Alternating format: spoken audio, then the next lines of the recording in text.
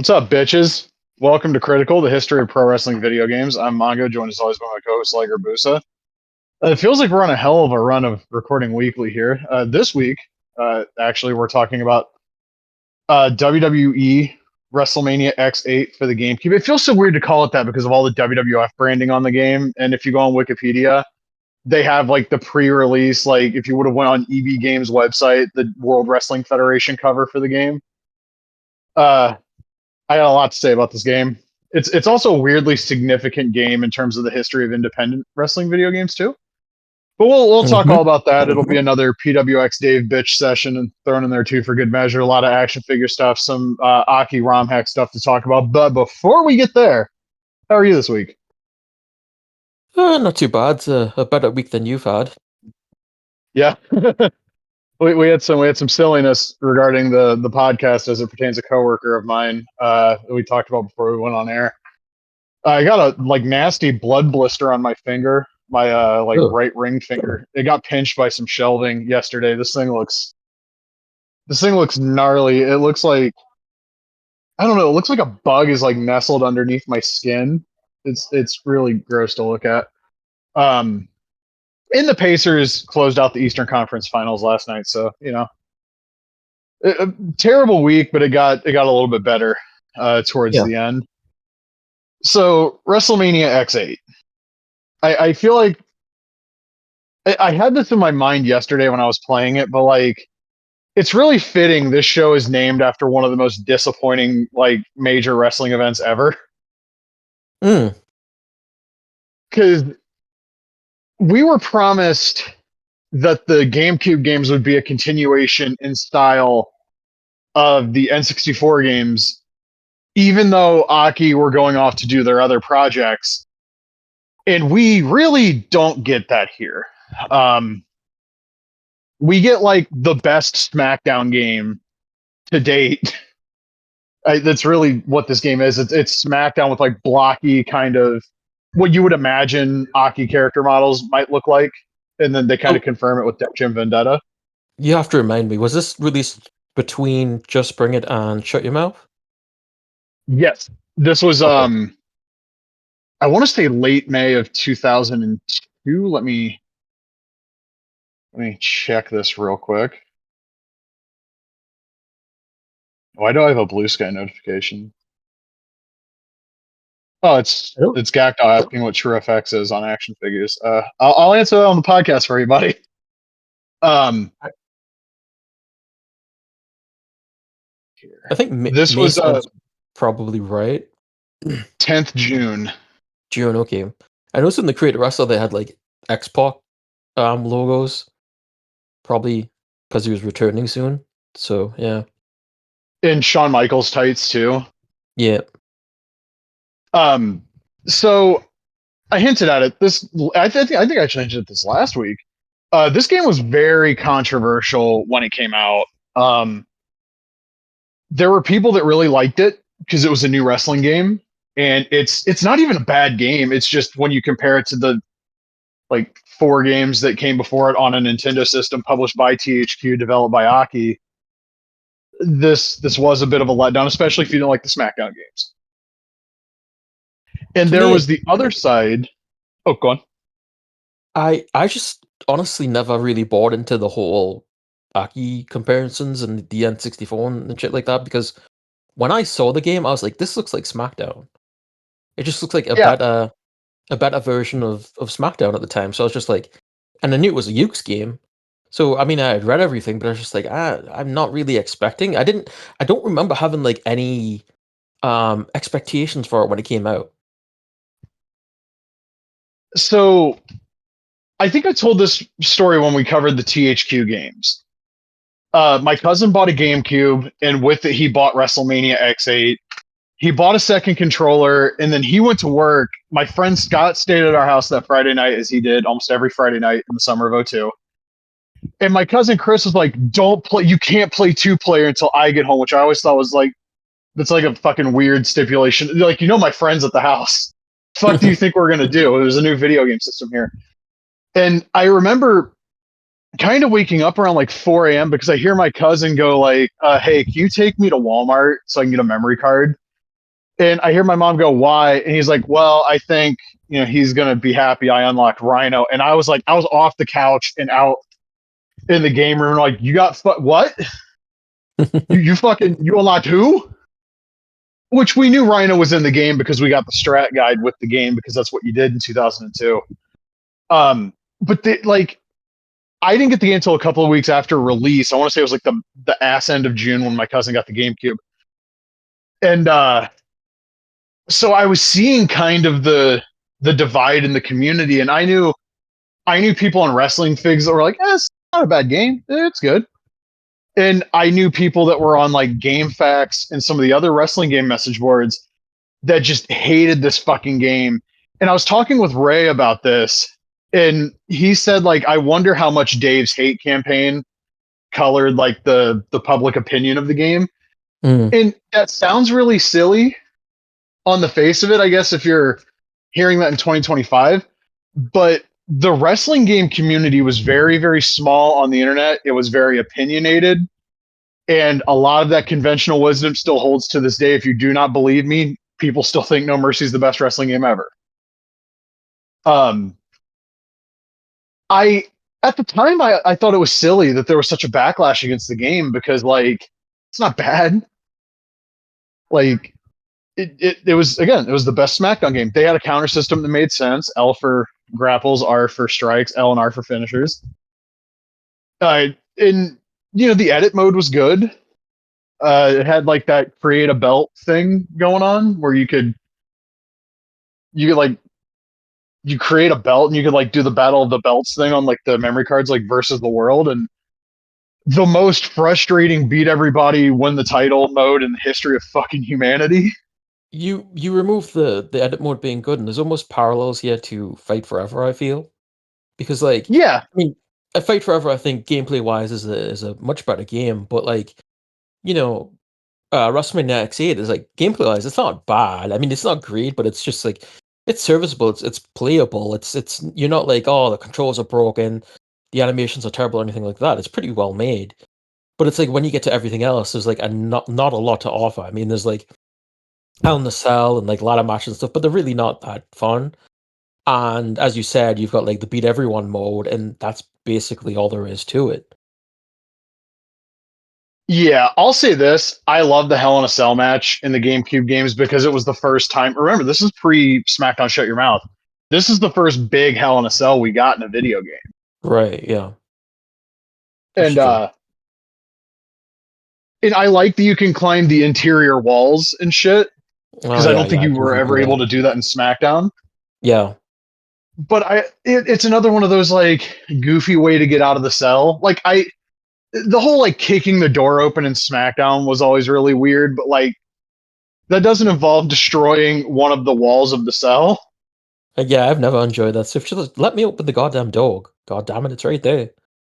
Yeah, and like these games, they give you the 4 panels on top to destroy with like varying degrees, like the texture changes with like the damage taken.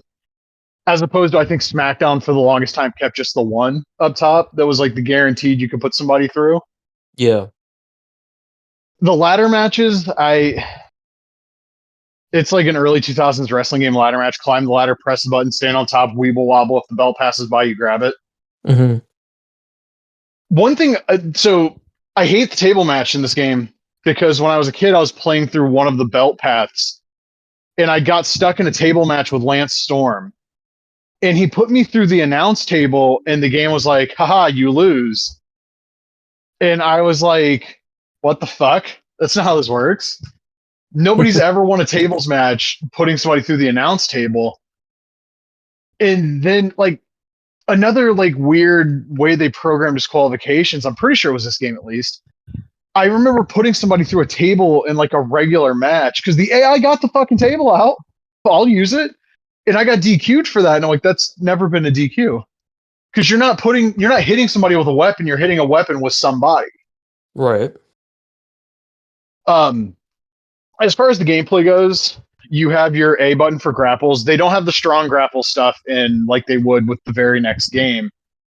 You have your strikes, which you have your SmackDown 3-button or 3-punch combo, which carries over to every game that Ukes develops with this gameplay system, because it's in 19, it's in both Day of Reckoning games, and both Wrestle Kingdom games, which I think also really helps the kind of SmackDown-y feeling going on here. Yeah, definitely. You get 3 finisher stocks. There's also a momentum thing. So like the hotter the color of your momentum gimmick, and how like the faster it's flashing, the quicker you build up your specials, which I always thought was interesting. I actually kind of like those two things working together in tandem. It's kind of also what they do with 19 and Day of Reckoning 1 and 2. Actually, now that I think about it, it's like a weirdly. I think in part this is why a lot of people associate the spirit gauge with like momentum, because what like its legacy is literally this, which carries over into Fight Forever. It's not super fast. It's a little bit slower than SmackDown Just Bring It, but gameplay feels very similar. Yeah, it's like, I don't know, like 25% slower than Just Bring It, maybe. That sounds about right. Yeah, it's just like everything I see in this game is just SmackDown. Like I said, I never got the comparisons to Aki. I rented this game when it rented the GameCube when it came out, because I was like, it's a wrestling game, I need to play it. I don't remember thinking much about it at the time, but like, yeah, it's there's not a lot of there's definitely a lot more Ukes than there is Aki. I will say, like, also too, what sort of pushes that opinion too is that a lot of the animations are the same as the SmackDown games. Yes. One that's definitely different was the Razor's Edge, because I always hated the Razor's Edge in the early SmackDown games. It just never looked right, but here it actually looks pretty damn cool, which is appropriate because it's the only game at that time that featured Scott Hall. So right, because he's removed from SmackDown that year. Yeah, he was removed from Shut Your Mouth, then he was removed from Raw 2 as well. Yep. Let's talk about the roster real quick, because one of the reasons I think I like this game so much is it's the only real like invasion era WWF game. Yeah, until we get Shut Your Mouth, yeah. And I mean, Shut Your Mouth is like clearly post invasion too, because like you got Brock and like the new stages and stuff. This feels like a pure like 01 game where they just tack the NWO on. So we've got Albert, Big Show, Booker T, Bradshaw, Bubba Ray Dudley, Chris Benoit, Chris Jericho, Christian, Devon Dudley, Edge, Farouk, Hollywood Hogan, Hurricane, Jacqueline, Jeff Hardy, Kane, Kevin Nash, Kurt Angle, Lance Storm, Lita, Matt Hardy, Mighty Molly, Raven, Rhino, Ric Flair, Rikishi, Rob Van Dam, Scott Hall, Scotty 2 Hotty, Shane McMahon, Stacy Keibler, Stephanie McMahon, Steve Austin, Tajiri, Test, The Rock, Triple H, Trish Stratus, The Undertaker, Vince McMahon, and William Regal. So that's what? 3, 6, 9, 12. 15, 18, 21, 24, 27, 30, 33, 36, 39, 42 characters. You notice that there's a surprising number of like rip-off themes in here. Like you've got the NWO. Yep, the Hardys have a rip-off theme. Booker too, right? Yeah, Booker was a surprise one. Tajiri is another one. The NWO one was like, I remember that surprising me a lot, because everyone expected it to be in there. Like it was always in the WCW games and everything. Like at least it was in like Nitro, and I think Thunder actually used like the rip-off NWO Japan version. But you just expected it there, and you get this rip-off theme, and I think that was one of the things that disappointed me the most at the time, was just it didn't have the NWO theme. Yeah, so when I got this game, I played as Van Dam first, and I think I played as Scott Hall second because I knew he'd been fired. So I was like, this is probably the only game I'm gonna get him in. And just that theme song was like, what the fuck? They also Like, dubbed how? it in on the DVD of WrestleMania X8, the event. Ah, that's right. Yeah. Yeah, it's on one of the Uncaged albums because it's a Jim Johnson track. I missed those. Those were great. Yeah, they were awesome. In terms of arena types, this is why I think of it more as like an 01 game. You have the 01 Raw stage, obviously. You have the SmackDown. It's the debut of the SmackDown 5th stage in a video game. I'm like 99% sure of that. You also have the old SmackDown stage. You have the WrestleMania X8 arena, which is cool because it had just happened. But you also have the WrestleMania 17 arena. I think you have SummerSlam 01 as well. You might have Survivor Series 01. I played so much of this game this week. I don't remember all the arenas off the top of my head. Um, and the arenas all look great. The two WrestleManias are in like massive fucking stadiums, which when you think about how long they use just the generic arena type for the big stadium WrestleManias deep into the SmackDown versus Raw games, it's really kind of crazy. Mm. They were willing and able to get that right in 02. Yeah, the stages look really nice. The Just Bring It had the SmackDown fist. I think it was Did like it? unlockable. Yeah, you might. Yeah, actually. But it looks much better, yeah. Yeah, I think the reason because you unlock the old SmackDown stage here. Yeah, my bad. It's been a week. Um, it does look better here. All the arenas that are in both games, like Mania 17 looks incredible in this game. Yeah, it's not a Uh, bad looking game at all. I mean, that's probably its strength is that it definitely looks better than Just Bring It, that's for sure. yeah, because we talked about it when we talked about Just Bring It. That game is not a significant graphical upgrade over SmackDown 2. No. Like it very much does just look like a much nicer PlayStation 1 game. This in Raw went a long, long way towards making me kind of second guess wanting a PS2 because like look at how much better those games looked than Just Bring It. And then we saw SmackDown Shut Your Mouth for the first time, and it's like, oh goddamn, okay. Yeah, they figured it out. Uh, the one big notable roster omission is like, and he came in so fucking late. There's no way it would have been realistic. But like Brock Lesnar, Yeah. there was nothing in there to let you create him. So maybe it's a case of like the devs didn't have any insight to like might want to get something in the create a wrestler mode that looks like this fucker. Um, and again, like the Shawn Michaels parts in there were very interesting because it's kind of like the generic mid '90s Shawn gear. So like you can make 95 Shawn, you can make 97 Shawn, you can make 96 Shawn, you can kind of sort of do 94 Shawn because his gear doesn't really change that much. But it's also that weird thing, like that weird old Ukes game thing where the creator wrestlers jar so horribly against the Yeah. like the default models. Although I will say in these games, the GameCube games, the gap in a lot of ways isn't nearly as bad as like the SmackDown games where like your shit looks like it's from a completely different game. But yeah, I wouldn't expect to create like Shawn Michaels and stand him next to like Stone Cold or whatever and be like, oh yeah, no, this looks right because it's not gonna. Also, we mentioned the cover. So the original cover has Steve Austin, Rob Van Dam, and Hulk Hogan. After Austin left, they reissued the game with The Rock on the cover, and it's hilarious because it looks like they just slapped a Rock sticker over the Austin picture and we're like, run it. It's interesting that did the reissue have the WWE logo or did it just say World Wrestling Entertainment on it?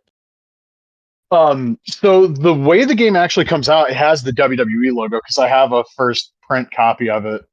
Oh, okay. So I think they keep it's like the actual logo you would see on like the DVD case. Right. Yeah. So I wonder why they changed that because like you put a whole new logo there instead of just keeping the World Wrestling Entertainment thing there instead of Federation. And like Yeah, it I was weird said, that originally they didn't have the logo on there. I thought it was strange because they like to plaster that logo everywhere. yeah, it's also like right around the time of like the lawsuit, obviously ramping up, and then obviously it was settled, so the name changed. I'm genuinely curious when these games went into production because that name change happens like right before this game fucking comes out. Yeah, Like, it's interesting. I mean, you think about it, when did the NWO actually sign? Did they sign in like January? yes. So that's a pretty big addition. And they got all three of them in the game. I mean, obviously it was 2001, but they probably started like just after Invasion or something. I needed really to go back and see when the original release date for this was because I want to say it was supposed to come out earlier. than it did. But Maybe I it was remember supposed to it. come out for pay-per-view. That's what I think. But I also remember the first time they showed it off was like at FanFest, or Fan Access rather. Um, that was where Dave Wisnowski lost his fucking shit because like we saw footage of Kevin Nash doing the diving elbow drop like it was SmackDown. And for anybody that's listened to this podcast and wondered what the fuck we're rambling on about with PWX, this game was, I mean, we talked to Dave about it. This game was the origin point. He was one of the people that felt so fucking betrayed that we got told we were going to get a game that played like an Aki game. And we got a really good SmackDown game, and they lost their fucking minds. And to be perfectly clear here, I am not begrudging anybody that feels like they got fucking lied to or anything like that because, you know, like, we did get lied to. But, like, there were people calling for fucking THQ to lose the license, I remember. And, like, okay, they lose the license. Who's going to pick it up? It's O2. The WWF is cooled off. Like, who do you think is, like, maybe EA could have picked it up in that era? I mean, the WWE and THQ fucking hated each other anyway for a long time. Remember the lawsuit? Yeah. But it's so ridiculous to look back because people talked about that game like a lot of us talk about WWE 2K20, and Mania X8 is like miles more playable than a lot of those fucking 2K games. Yeah, it's pretty inoffensive. What do you think the reaction would have been like instead of this game, you had WrestleMania 19 as like the game that came out? I mean, game was a lot more stylized. Do you think it would have still been like, oh, this isn't, what we should have got, or would have lessened the impact of it being like a bit closer to what was expected? So like you're saying like graphics and gameplay, but the feature set stays the same. Right, yeah. I think people would have been a lot friendlier about this game because I remember some of the people, not all of them, but some of them that were really negative about 18 really turned around on 19 when the first gameplay footage came out. Because, first game in 3 years to have blood. It had the tap for weak, hold for strong. I wasn't wild about the like reversal counters popping up or like the little analog wiggle thing to get up popping up on screen. Even when I was like 11, I thought that looked a little weird. But I remember people really liked the art style. Like, oh, this looks like the N64 games because people weren't so like big. They were still blocky, but they weren't like the character models in X8 seem like way bigger and more cartoony than the ones in 19, which is funny because look at Brock Lesnar in 19. I think people looks might more have been. cartoony than 19. I think in terms of the proportions of the characters, like how wide the shoulders are, and I think the default stance has a lot to do with it, honestly. Yeah. Actually, I think I am getting just worked by the default stance, but like that, like the shoulders are out like so far. In like 19, they kind of have a similar stance, but maybe it's the camera's pulled away a little more. Yeah. I just It's always definitely a felt lot this more game looked colorful really too. weird. Yeah, like brighter, higher contrast. Yeah. Yeah, this game walked so that game could run. And 19, whenever we talk about 19, we need Gacked on because I know he loves that game. I love that game. Yeah, I'm a big fan of that game as well. Yeah, like, and it's weird because Revenge Mode seems like something on paper that we should both think was really stupid, but I love that shit. I never spent much time in it. From some of the stuff that I see, and I could see how it's like frustrating. But oh, it is, yeah. As far as just like general gameplay itself, I much prefer 19 to 18. Yeah, and honestly, on a lot of days, I like 19 more than I like Day of Reckoning 1 and 2, but some of that's probably just the roster. Because you do get Goldberg, you do get Brock, you get Voodoo Child Hogan, and he rips the shirt during his entrance, which that was like fucking crazy to me when I was like 12. And also, like, you get Hollywood Rock, you get Austin, which you don't get in DOR1. You do get him back in 2, though. It's crazy to think that's the only game in that style. After that, they go to Day of Reckoning. Yeah.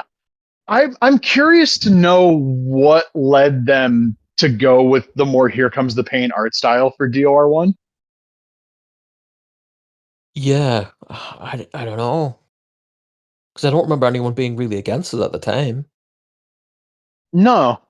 And I don't even think DOR1 looks bad, but it's like 3 straight games with 3 massively different art styles. Yeah, definitely. But I think this is like a really solid first step. Obviously, they would flesh out the gameplay a little bit more. I know was it Takumi Kon comes on for 19? He might have already been on for this one actually, but I know like he's cited by, friend of the show Dark Elite Eric and some other people as being the reason the follow-up games were a little bit more towards the Aki style gameplay than this was. What did Yeah. IGN give this? Oh, probably like a 9 or something. I reception. It got a 7. Who reviewed it for GameSpot? I'm gonna guess Alex Navarro. No, That's what I was thinking. Giancarlo Veronini. Oh, okay, yeah. Alex Navarro was the one that reviewed a lot of games, wrestling games Yeah. for like he reviewed King of Colosseum 2 for Yeah, that's GameSpot. right. He might have done All-Star as well. You know what? If that game did get reviewed for GameSpot, it would have 100% been him. I think Because it who did. else on that staff was gonna check? Who else on that Maybe staff would have Gerson. been into like import games? Maybe. I think like GameSpot back in the day used to like import shit a lot. Oh, it was Gerstmann, and he gave it a 4 out of 10. Okay. That sounds about right. Then allegedly it was posted in 2006. For the original All-Star? That's what the GameSpot article right here says. May 17th, 2006 at 3:09 p.m. Pacific daylight time. Huh.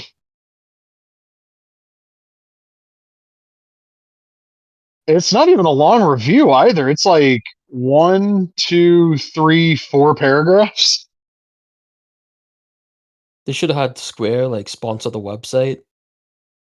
And if it didn't get like any 0.80, would have got fired. Like how fucking Raw 2 bewilderingly and Raw 1 both like got 9.1. Yeah. That shit is never gonna make sense to me. Those games were not No, not at all. good. No, they were a little bit duty. I don't know about like actual like commercial release wrestling game news, but we do have some like Aki ROM hack news we can talk about. Mm-hmm. Because Yeelord dropped I think he said 80% complete version of All Japan Pro Wrestling 64, which is a ROM hack for, you guessed it, Virtual Pro Wrestling 2 that does a pretty good job of like celebrating the history of All Japan. And there's some Tom McGee's in there. There's some deep cuts. Yeah. The first thing I did was I loaded up a Terry Funk Harley race match because I love the original, like that boxer stance that Terry has in Virtual Pro 64 That's what I was gonna say. was put back Yeah. in. And Dory and Ricky Dozan and the Destroyer have the kind of like grappler pose, like Sakuraba pose stance. You can tell this mod was made by somebody that really loves like old All Japan Pro Wrestling because like the attires are like the ones that are completed, they're all really good. The faces look really good. The move sets were clearly done by somebody that knows.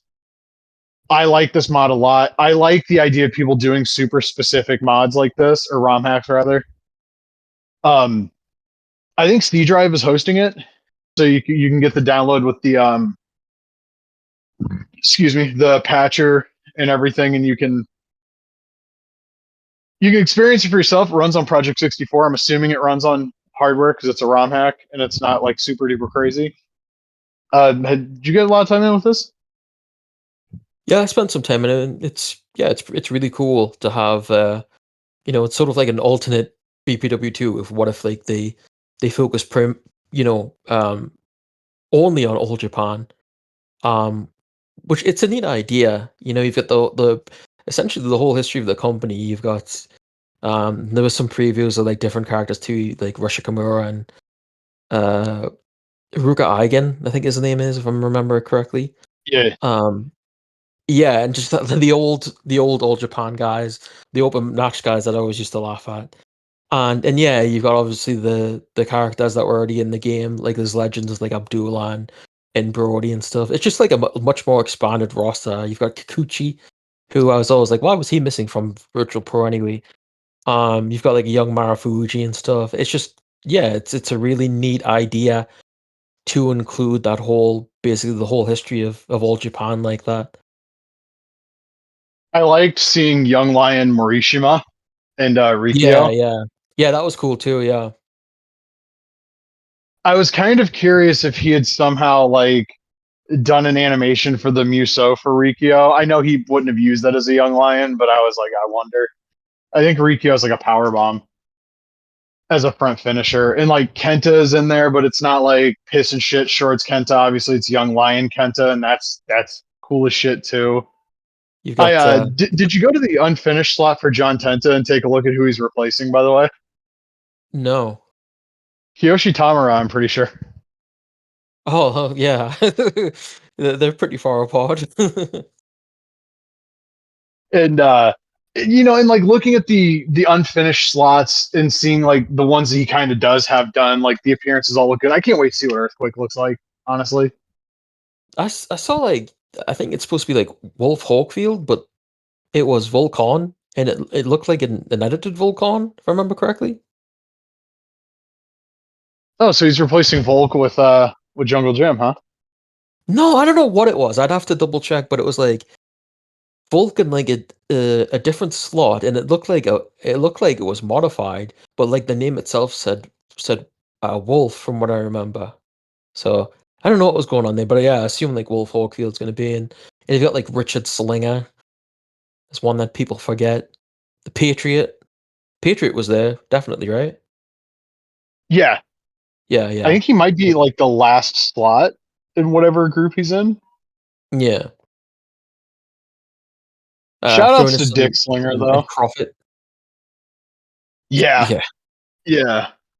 And like Kikuchi looks really good. I didn't play as him. Honestly, if I load that up later today, I'm gonna play Fuchi and Kikuchi and reenact the Brain Damage Classic from '93.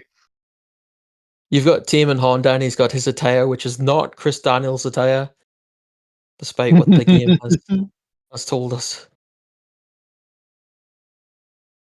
Yeah, I would love to know why someone drew that particular conclusion. I think it was. I remember it seeing Christopher Daniels like way back, like when the game first came out. I think it was like just an assumption from someone because Daniels had worked in Japan as Curryman, so maybe there was just a reference there. But it always felt wrong. And then once I saw TM and Honda's attire, I was like, yeah, well, obviously it is, but it just for whatever reason it just stuck. It's kind of like a funny Easter egg if you consider it that way. Yeah, it's very weird. We have like people still calling Soul of Champion King Soul. Just some stuff sticks. Yeah.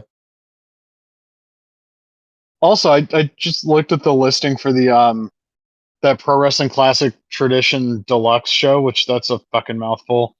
And the last episode they aired Kobashi versus Abdullah the Butcher, which Ooh. is not the sicko mode match that you would assume. Abby doesn't stab him at all. I'm just saying. I was very disappointed the first time I saw that. Does Abdullah start like doing flips and shit? No, it's not like the Takada match where he's like, "Oh damn, I might actually get beat up for real. Let me try working." Um, but I really love that All Japan ROM hack. Obviously, Retro Randy last week posted a clip of the barbed wire match on the Patreon for Sabu and RVD. And like blood stains on the mat, I never thought that was going to be possible in Naki game. Blood from like multiple areas to the point that it looks like heaven help me for saying this, but like the barbed wire match from the Acclaim games where like people would just be cut on like their back and like their arm, Yeah. and it looks really cool. Patreon did some weird shit with my debit card where like I think I got charged, but maybe I didn't. So I might have to wait till Thursday to play this if he drops it today or tomorrow, or Tuesday or Wednesday. But it's insane. Like it's you look at it and you're like, this doesn't make any sense. How could this be? Like it's not like this huge text replacement thing. It's it's all patched in, and you're just looking at it just like I don't get it. It makes me want to like try something out myself. Although I'm not like I don't have the patience to do something like this. But like I look at that and I'm like, what if you had like FMW and you could like do exploding barbed wire and you could bring in Kawasaki Stadium from VPW2 and do all this shit? But I'm just like, you're not gonna do that. Shut up. I said this to Ray, but like Randy gave me the ECW game I wanted as a kid. Now I'm just waiting for somebody to do like a No Mercy ROM hack that's Legends centric. Yeah, that's another idea that came into my mind too. Was like, what if you did something like Legends of Wrestling 64, and it was like, what if Aki had the Legends of Wrestling sort of license, I guess you could say, and worked with Acclaim to make an N64 wrestling game. And you had like, what if you had like all the entire roster of like the Legends of Wrestling games, including Showdown, and you like try to recreate some of those arenas, like the Tokyo Dome and stuff. Like that would be a really neat idea. You could actually have a Legends of Wrestling game that's good. I know we've brought this up on the show multiple times, but like, how the fuck did Aki become available and Acclaim didn't like beat their door down with all the money that Acclaim didn't have, but pretended they did? Yeah, that's How do you not take the profits from All Star Baseball and just go, here you go? You want that thing you just did for THQ? You want to do it for us? We have Hulk Hogan. We have the Road Warriors.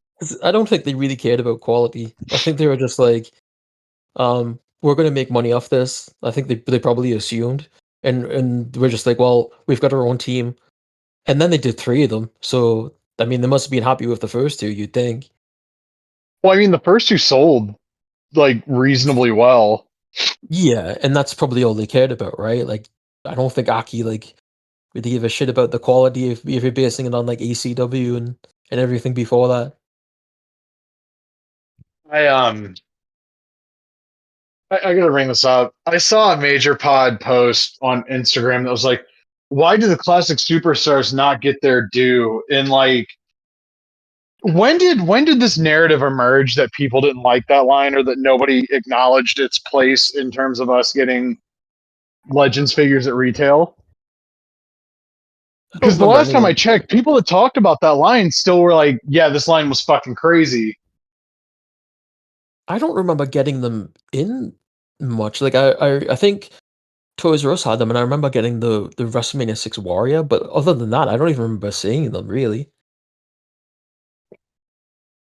I was lucky that Kmart in the town that I work in had them for a couple of years, and then when they stopped carrying them, the Walmart here did for like a year. Mm-hmm. Bought a lot of them off the internet. Series 1, I remember my mom, like literal midnight New Year's 2004 when they went up, I ordered Andre and Warrior off of Ringside. My mom sent the money order the next day. Or like, yeah, had to have been the next day. I remember getting Classic 2 Dude Love at Sam Goody. I got Classic 3 Brett at Toys R Us. Classic 4 Yoko and Roddy Piper at Kmart. I think I got Classic 5 Beefer from High Spots, and I got Paul Orndorff from Kmart. Jesus, I remember all of this shit. Series 6 Doink and Shawn Michaels at Kmart. Series 7 Bulldog Toys R Us. Anyway, I was obsessed with that line because it came along at the time where I was really getting exposed to like 80s wrestling. And I saw, because Matt Cardona has to do it, he made a post basically filleting Jeremy Pitt-Hour because nobody was marketing wrestling history and nobody was taking advantage of the nostalgia. And it's like, okay, Classic Superstars announced in the summer of 03, prototype shown late summer 03, released January 04. Legends of Wrestling released November 01 on the PS2, the summer of 2002 on Xbox and GameCube. 6 months later, you get Legends of Wrestling 2 on PS2, GameCube, Game Boy Advance, and Xbox. Hulk Steel Rules comes out in 02. From the Vault, Shawn Michaels, Ric Flair Ultimate Collection, and Bloodbath Steel Cage matches all come out in 03, all announced before the Classic Superstars line, all previewed before the Classic Superstars line. And those, by the way, were all WWE products. Oh, and SmackDown Here Comes the Pain. It was announced before the Classic Superstars line was announced that we were going to get Legends in SmackDown Here Comes the Pain. Mm-hmm. Jeremy Padawer has nothing to do with any of these fucking things. Nope. And I'm tired of like, he's responsible for, like, I can walk into Target and buy a Terry Funk figure now. You know what? Yeah, he gets the credit for doing the classic action figure line that fucking anybody that was in his position was going to do in that era, because 80s marketing was hot. 80s nostalgia was booming in the early 2000s. And yeah, it's funny. It did seem to really start with Legends of Wrestling, if you think about it. Considering the rosters they had and everything, then it just sort of, bloomed from there with the classic superstars and everything else. And it never really settled down. From what I remember, like it just kept on going and going.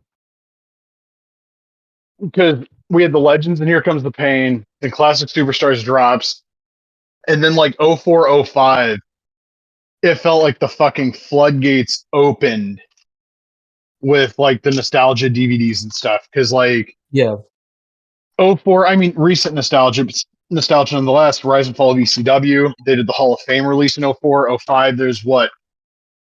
Greatest Wrestling Stars of the 80s, the Road Warriors DVD, the Bret Hart DVD, the Jake Roberts DVD. There might be one I'm missing. 06, there's like, they did an AWA DVD in 06, for the love of Christ. They did a Dusty DVD, a Billy Graham DVD, a Brian Pillman DVD. yeah. It's Probably like others.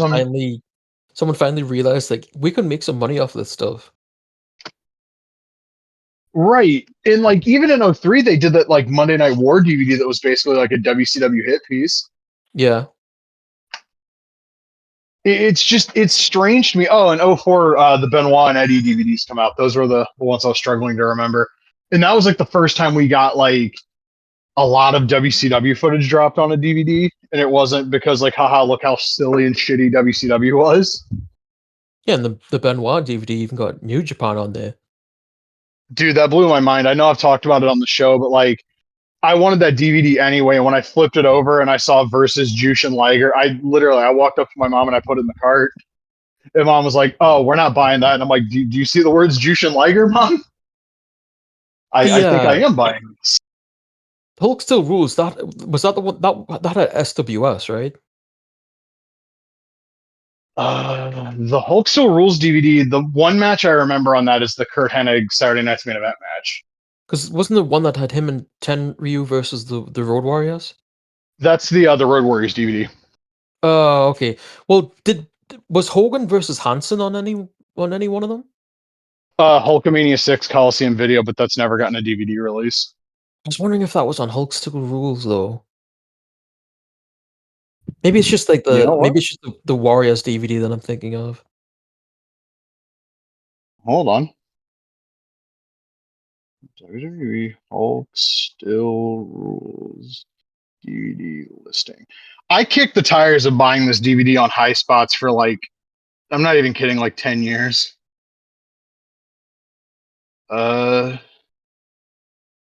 So you've got Hogan and Ted, December 79, Hulk and Andre Shea Stadium, Backlund and Wild Samoan number 3, which is where Hogan comes back. The title change January 23rd, 84. Hogan training with Okerlund on Tuesday Night Titans. Hogan Orndorff from the big event. Mania 3, another Tuesday Night Titans segment. The SummerSlam 89 tag, Hogan versus Ben Ortiz and Angelo Gomez, and Hogan and Flair from Bash at the Beach 94. Oh, Jesus, there's even more. What the fuck? Hogan Perfect, Hogan Volkov in the flag match, match with Big John Studd from Puerto Rico, which I'm sure is electrifying. The Taker match from Tuesday in Texas, Hogan and Okerlund versus George Steele and Mr. Fuji, and Hogan versus Tiger Chung Lee. So they packed a ton of classic footage on that DVD. Yeah, like a ton of it. Nuts. But nobody was marketing wrestling history or WWE history until Jeremy Padawer. I mean, you can even go back Man, to is like the previous legends of wrestling line that Figure's Toy Company Biggest Toy did. Company. Yeah, I think honestly, Legends of Wrestling is the big turning point because that shit got advertised on WWF TV. yeah, And it was advertised in, I want to say it was advertised in the wrestling magazines. It got a huge preview in EGM, which even more than SmackDown, just bring it, seeing like there was a wrestling game with Hulk Hogan and King Kong Bundy and the Road Warriors and fucking RVD and Sabu for some reason because they were holdovers from ECW. Like that made me want a PS2 even more. And honestly, like 10-year-old me probably would have loved that game as a Christmas present just based on the roster. I mean, 11-year-old me loved it as a birthday present based solely on the roster. It's also infinitely more playable than the PS1 games too. They finally kind of figured some shit out. I think it would have got WWF's attention too because like you wouldn't have expected Hulk Hogan at that point to be in anything but WWF, right? Like they'd WCW was dead. They had killed XWF before it even really started. So like, what else could have Hogan have done? Obviously not TNA at that point. So to have him show up in a video game that wasn't WWF or WWE was like a pretty huge deal, and I'm sure it was a huge deal to them as well. Yeah, I mean, I'm not delusional enough to think that Hogan signing on didn't immediately give a lot of those guys like, oh, you got Hulk? Well, this is gonna Mhm. make some fucking money. Yeah, I'll Yeah, sign on. yeah, exactly. And then you find out like allegedly they only paid Jake Roberts like $500. I still, man, Ultimate Warrior references like working with Acclaim on an Ultimate Warrior game in his like ringside collectible shoot interview. I want to say it was. I fucking wish we could have saw what that was going to be Oh my god, I can't even imagine. because I remember having like the issue 0 of the Warrior comic that came with WWF magazine. I have no idea where it's at now, but I remember having that as a kid and thinking this is really fucking weird. God, a warrior centric game. God of Warrior. You know what? It probably would have been something like that. I would have played it. I'm not gonna lie to you. The final You boss is like drop a God Santa of War Claus. clone? Oh God, yeah, that's a thing that happens in that comic, isn't it? Yeah. Lord, I liked him as a wrestler. I need someone to make this now. Someone's got to do like a hack of God of War with the Ultimate Warrior on it. You know what? If somebody does a texture modded Kratos, somehow they just import Ultimate Warrior's model from All Stars. I'll figure out a way to live stream that shit. I'll play the whole goddamn game as well. It'll be really jarring though when you go to like the CG cutscenes and it's Kratos again. But Yeah. Or you could do yeah, like, imagine if someone replaced Shaolin monks with Warrior and Randy Savage. oh God, that would yeah. Shaolin And the All Stars Maniacs. models, yes. And you know what? Same developers, so the models wouldn't be like the All Stars models wouldn't even be that much of a departure, like Yeah, that's stylistically. true. Yeah. Yeah, somebody needs to do this and replace Scorpion and Sub Zero with who'd be really funny, Roddy Piper and Hulk Hogan. No, fuck Hogan. Roddy Piper and who else is there? No, you know what? Give me Roddy Piper and Andre. Yeah, that works. And replace Shao Kahn with Jimmy Snuka. I will not be Do you taking think, questions at this time. do you think Goro in that game? Because I feel like a four-armed Yes. Andre the Giant would be really good. Yeah, you fight Goro because he's got like the big fucking like pillar thing. You fight him in the Wasteland from Yeah. MK2. I love that fucking game. Yeah, it's really cool. It's frustrating as shit. Like that reptile, like the giant snake thing. I wanted to throw my goddamn Xbox out the front door because of that. And then when I Reptile played should it be again on Rick PS2 the Rude. next year, huh? Reptile should be Rick Rude. Is Rick Rude an All Stars? No. I don't think I so. take his model from Showdown. Yeah, why not? I'll have the money to commission this, but if somebody wants to do this pro bono, like Yeah. we're giving you gold right now. Oh, replace Shang Tsung with Paul Bearer's model from All Stars. Just no reason. I have good ideas. Um, wrestling figure news and just general action figure news because I want to talk about this Marvel vs. Capcom toys too. We got another wave of big rubber guys announced. You got Coco Beware in kind of a more accurate wrestling gear for like '89 Coco. You got Sean Mooney. You got Leaping Lanny the Genius, Pafo. And for some reason, you have Shotzi because all of the fucking Disney adults that live down in Florida are just friends with one another. And Pretty much. Toyetic, something, I don't fucking know. Uh, I had a moment where I regretted selling all of my big rubber guys that weren't the Road Warriors when I saw like they were doing Mooney and Coco and Lanny because I was like, if I would have kept the Powers of Pain, if I would have kept Andre and Savage, I could have got Demolition when they come in at like JJ Figures, and I could have got I could have had like a little 1989 WWF thing going on. And then I thought about like who I'd be giving money to on those, and I was just like, never mind. I do think the Sean Mooney is a pretty cool idea and the Genius. Yeah, yeah, I love the like design for them. I can't wait to see Brian Beatty's like rendered like sculpt renders of them. But I don't I really enjoy the majors I so saw much. some of those going up on eBay and they were surprisingly inexpensive, like the Bulldogs. I think I saw them like individually were going for less than like crabless and gimmicks figures and stuff like that. The Bulldogs are weird because like it feels like they might have overproduced those. Yeah. But also you got to remember that wrestling collector shop going bust that Mm, left them with a little bit more inventory because I think the King Haku was going to be for them, and now like it's just going to be on the Collect Major website. yeah. I'm looking at J&J figures right now. They don't have the pre-order up for Demolition, but they still have it up for Martel. I really like that Rick Martel figure. Um, I really like Rick Martel in general. Yeah, me too. Hastel Toys showed off a Sandman retro. It's WWE CW Sandman. You Why know, is like that Mitch always did. like the default for people, you know? Like I understand why it would be in like WWE 2K, but like wasn't that the also like basically the gear that he wore in the wrestling code shitty video thing? Wasn't that Yes. also like it's like why is that like what people always go to? I don't get it. And then on the other end of it, you have the zombie retro and the To the Extreme shirt. That's apparently shipping soon because like address changes are due this week. Yeah, I saw that. Um, and you have like the other one, which is like the black Sandman shirt with like the like Zubaz pants.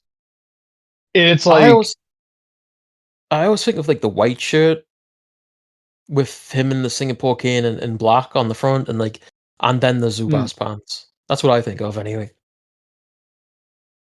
is okay. I need to look at the zombie prototype again because now I'm thinking that actually might be the shirt. I don't think it's the black shirt. Hold on. I'm sure this is tremendously entertaining audio as I scroll down to try to find the picture of the Sandman. Was it a red shirt? The red shirt's the flag pants. That's the Oh To the right. Extreme shirt. Yeah. Uh oh no, it is the white shirt with the Zubaz looking pants. I don't know why. Oh, you know why I thought it was the black shirt because that's the ECW figure is black shirt and jeans. Yeah, that's right. I love that figure. He came with a snow shovel instead of a frickin' Singapore cane. It's okay. That company went out of business like right after that thing came out. It's not like they were gonna ever be able to correct that particular error. I just with Mitch's stuff, I don't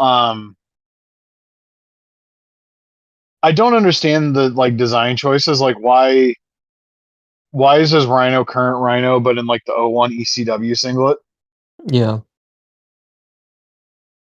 And why are you doing Sandman in general? Also a guy that has a fucking merch deal. true. But that's never stopped him before. No, it hasn't. He's got those Jakes up for pre-order, and I keep thinking about the Mania 6 one just because I love that promo and I love that match. Oh, also, did you see there's like a customizer on Instagram that did like a retro Owen Hart I because did, yeah. I loved the way that thing looked in the digital render, and then they put paint on it, and like all of the likeness that Head Sculpt had was gone, and it's such a weird. Why are the hearts so fucking weird looking that you can't accurately depict them in action figures or video games? I don't know. I feel like the problem with that custom was just that the skin color was too light. Might have Like been it. Yeah. from what I remember from my memory was that he was kind of pale, and but I mean I did like it overall. But you're right. Like they've always everybody seems to have problems with the hearts for whatever reason. And like I've seen like again, the head sculpt was good. It's why I don't doubt without the paint the zombie sculpt's probably fine. But the second you paint the Owen fucking head sculpt, I've seen the test shot of that figure, the Jazzwares one, and it's like Hmm. dead on. You Yeah, put paint on that fucking thing though, like somebody needs to figure out a way to cast those in flesh tone. That way, yeah. like half the battle's already won. The what's the best depiction of one heart then before that like figure form? Just be like the original Hasbro, right? Honestly, that's probably the best. It's either that or the one like kind of straight faced Jazzware sculpt because like all of the Owen head sculpts that you see that are doing kind of like a scowly expression. I know the picture they're going for. It's the fucking Yeah. select screen and raw, and it's either that or the Hasbro. I think the Hasbro might actually, even though it's a little bit like stylized and cartoony, like you look at that, you know immediately who the fuck it is. Yeah, I mean, it was cool to have the Jax figures, like, because he was in like series 1 or 2, right? Which is like Yeah, too. super cool. Yeah, to have like an Owen Hart like right off the bat. But none of those figures ever really look like him.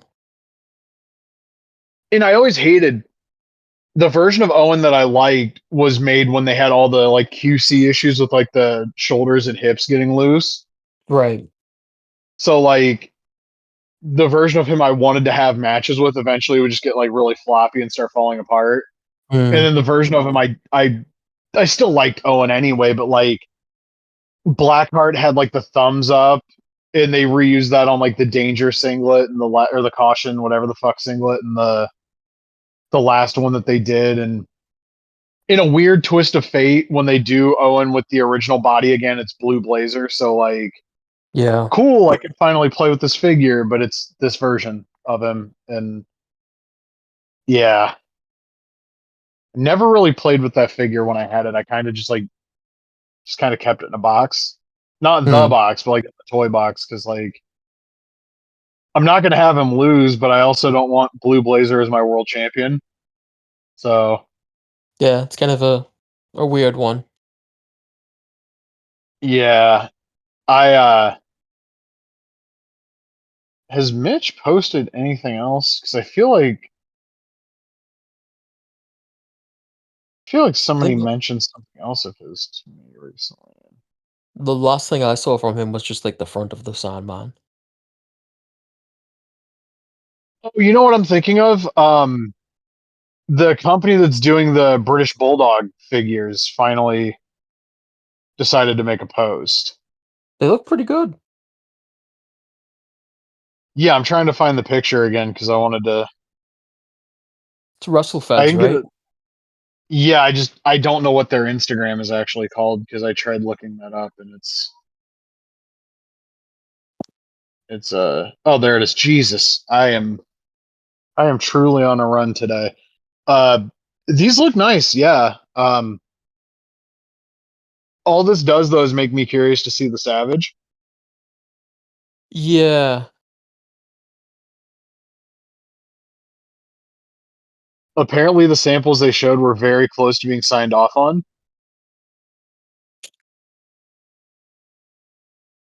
I also think I too, love like, Davy Boy, but I don't think I need these. I didn't mean to cut you off.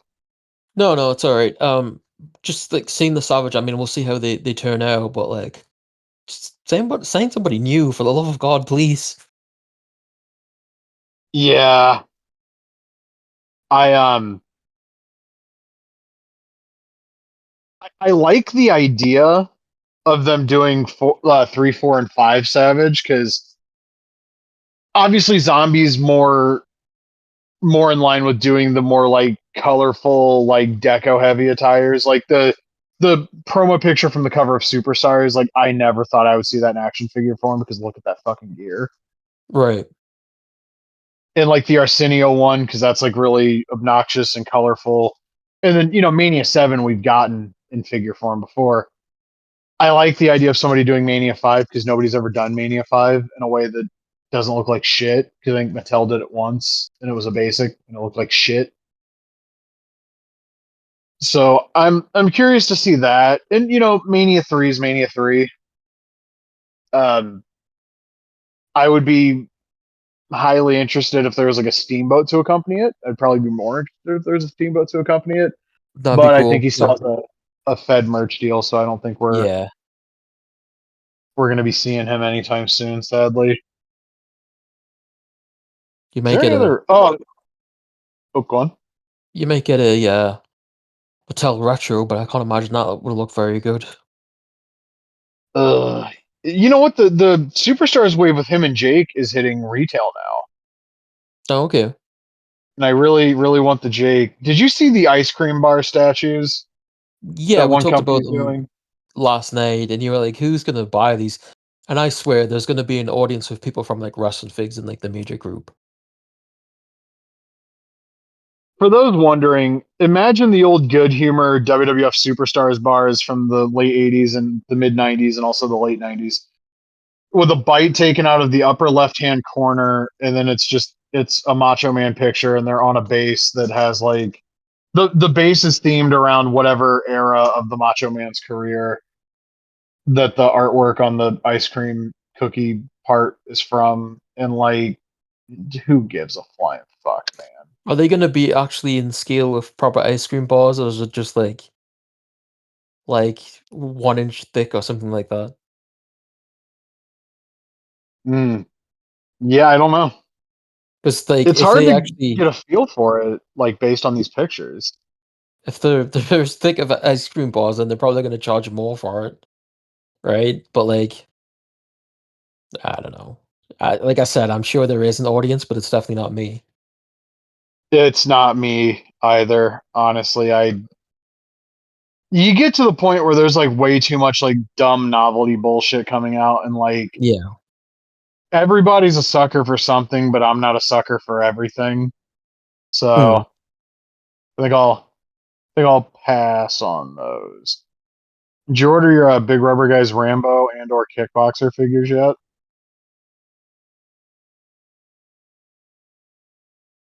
Yeah. I I don't like either of those men right now, so I like the movie Rambo First Blood. oh yeah, it's great. Uh, I I like the whole I don't think I series. need an LJN figure No. of An John Arnold would be Rambo. pretty cool though. Like a John I Matrix big rubber guy would be cool. I wonder how much more it would cost to license Arnold and Terminator than it cost them for. I can't imagine Kickboxer cost them a lot. No. Rambo might have, but I can't imagine Kickboxer was like something you were breaking the fucking bank for. I think like every video game for like the past 10 years has had the Terminator license. Like Right, the because 2K had it. oh, 2K, what is it? Ghost Recon Breakpoint, whatever it was. Gears of War 4. There was a mobile game recently that had Sarah and John in it. Mortal Oh, Kombat. Mortal Kombat, something else. There's some other like I think it was like an Ubisoft game. Fortnite is another one. Um, excuse me. Uh, what's that horror game called with like Freddy Dead in by it, and Daylight. I think maybe there was a Terminator one of that. Can't remember, but like Terminator's been everywhere. It's been fucking nuts. And it's funny because like the best game's still probably like Terminator Resistance, the actual Terminator game. Well, we've got that 2D game coming out. Yeah, which looks really cool. There's also Terminator Survivors, the survival horror game. We'll see how that turns out. I was gonna say something about it. Oh, did I mention recently on the podcast that I've watched Prey? Oh no. Yeah, that movie rocked. Yeah, the Killer of Killers comes out on what? Is it June 6th, I think? Is it this? Okay, I thought it was next week. When is the 6th? That's what, Friday? There's my I think entertainment so. for Friday evening sorted. Yeah, I'm really looking forward to that. They had a statue of one of the Predators at like some event recently, and it looked really cool just to see like that animated Predator as like an actual statue, like a full life size thing too, which was neat. Yeah, that's gonna be really cool. And then obviously we've got Badlands in November. I can't wait. I watched the Badlands trailer. It looks pretty cool. Killer of Yeah, Killers looks neat too. It's got like yeah. the arcane kind of like the Into the Spider Verse like stuttered frame rate like art style going on. Mm. They need to make a game. I Yeah, thought we get a new Predator game already. I'm hopeful that the movie does well enough, and also like Killer of Killers needs a fucking Blu-ray release because Prey got one, Yeah. and Well, it seems like the plan is to like set everything up to do like another Aliens versus Predator, because the was it the Elle Fanning character in Badlands is a Wayland Yutani android. So yeah, it seems like they're setting that up all again. Which, I mean, if they build it properly, it could be a pretty cool idea. I mean, I would. There's not a lot that's going to get me to go to the theater at this point. I'd probably go for that. I think if they could bring the characters from Alien, oh god, what was that recent movie called? Romulus? Like if Yeah, the idea is that we're taking characters from the current movies and then bringing them all in together, I think that'd be really neat, because then it's characters that you've established that, with like any cinematic universe you're used to, and you want to see how these characters grow and develop, as opposed to like bringing all these random archaeologists or whatever into like a war between aliens and predators. It's like, instead of having it be like a slasher movie or some shit, like to have characters that you actually care about and that you've grown, I think would be a really neat way to expand upon it. Like, what if you brought Dutch back? That would be cool. somewhat related to like slasher movies. Did you hear that we're going to get Art the Clown's backstory in Terrifier 4? No, I'm gobsmacked that they're doing another one of those. I'm also gobsmacked that they made a third one. weren't they doing a video game? I could have sworn I read that. Isn't it like a 2D side scroller fucking piece of shit? Probably. I've actually never Yeah. seen any of those movies. Okay, so I the first movie I didn't finish. It was really bad. The second movie got a lot of hype during the pandemic because like really good practical effects, a lot of gore, creative kills in a way that you really haven't seen since like some of the peak Nightmare on Elm Street ones. Hmm. But I've watched that movie twice. I watched it initially when it went up on Screambox, and then I watched it when I got the Blu-ray with the fucking director's commentary. And it's clear that director is full of his own shit, and you probably should be if you're going to be doing something like this. But like, he kept making references to like, oh, the people that watched the first movie, buddy, nobody watched the first movie. You're telling a story for an audience that kind of doesn't exist. It's like this just stupid, convoluted, cliche fucking.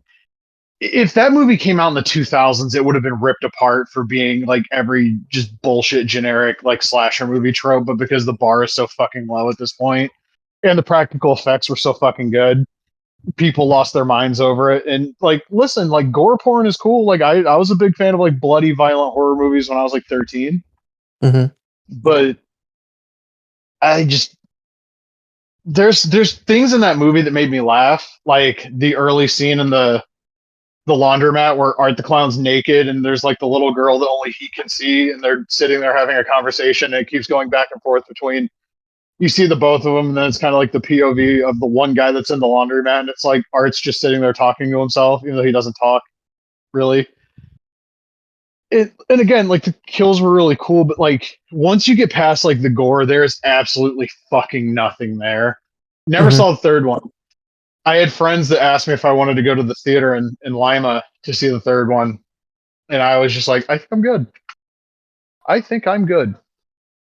But yeah, Terrifier the arcade game Oh is the god, name. that's terrible. And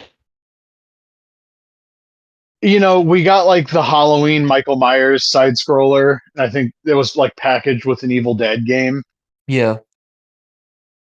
I just can we get like can we just get like a single player horror game for one of these like movie characters, please? Yeah, why is it like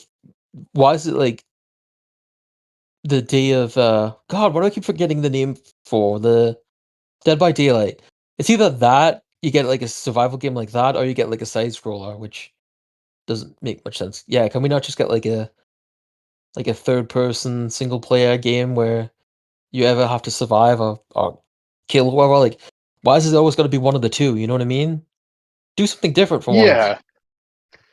I've a long time ago I tried to get a friend of mine that had an in at Warner Brother Games, and I knew there was no chance it was ever going to happen. But I was like, I'm throwing the Hail Mary because they had Freddy in Mhm. Mortal Kombat. I was like, can we get a single player Nightmare on Elm Street game? Can we please? And like, there was a lot of discussion in the Nightmare fan community when I brought it up. Like, well, what kind of game would it be? And it's like, do like a visual novel for all I give a fuck. Like, I can the see only like interactive parts need to be the dream sequences. I can see doing like those being like highly inspired by like the scarecrow sequences from like Arkham Mm, Asylum. yeah,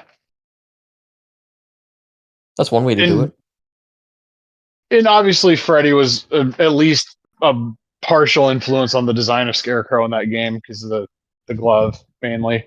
Yeah. I I mean when it was announced we were getting a Texas Chainsaw Massacre game, I was fucking hyped, and then it's like asymmetric multiplayer, and I guess that game's shutting down soon too, so I never got to play it. I played a little bit of it. It was alright. I mean, the idea of it, like escaping from the basement and surviving stuff, like, it was a neat idea. It's just I just felt like I've played this before with Friday the 13th and everything else that's like that. So Yeah, and like I liked Friday the 13th. I actually had a physical copy of that game on PS4 at one point, and I did too. Yeah.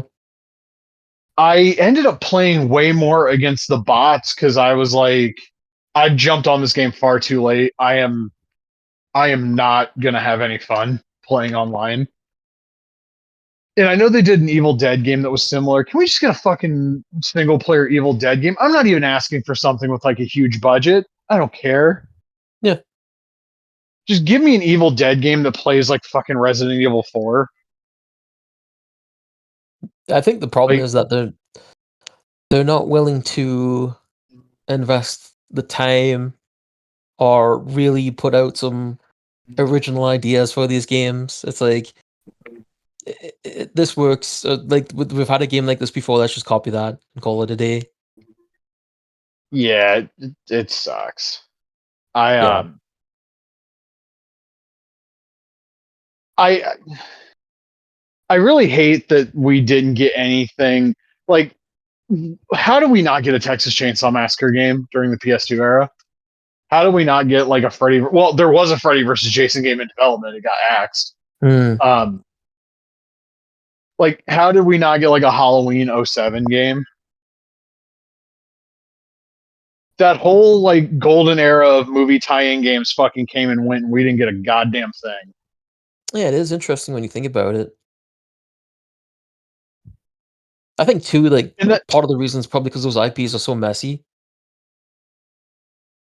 some of them are like Friday the 13th. There's like a lot of ownership bullshit, Yeah, but like Nightmare on Elm Street, that was in terms of US and even internationally at one point. That was all New Line Warner Brothers. it is funny because you did have like, wasn't there was an Evil Dead game on the PS2, right? Was there? I could have sworn there was. Maybe I'm thinking of the Dreamcast game. Hold on, about to look this shit up. Or was it an Xbox one? Because I think Evil I Dead remember. Regeneration. Oh, okay, yeah. When did this come out? Oh Could have five. sworn. Could have sworn they reviewed on XPlay once. So how's like there are all these Evil Dead games and not much for everyone else? Oh god, this was published by THQ and developed by Cranky Pants Games.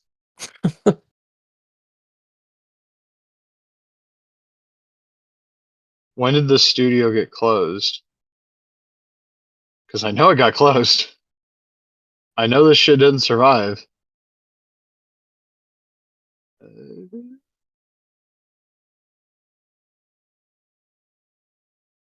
Do you Okay, remember so on I clicked on the Hell? link and it took me to THQ subsidiaries, and that went absolutely nowhere. Was there ever a Hellraiser game? I think there was like a PC one, right? Hmm. That'd be interesting.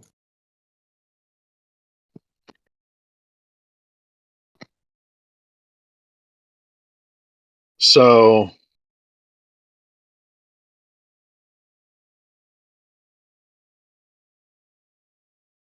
there's a Nintendo, Sega Genesis, and Atari Lynx game advertised. I'm looking at a print ad for it, Hmm. but it was canceled.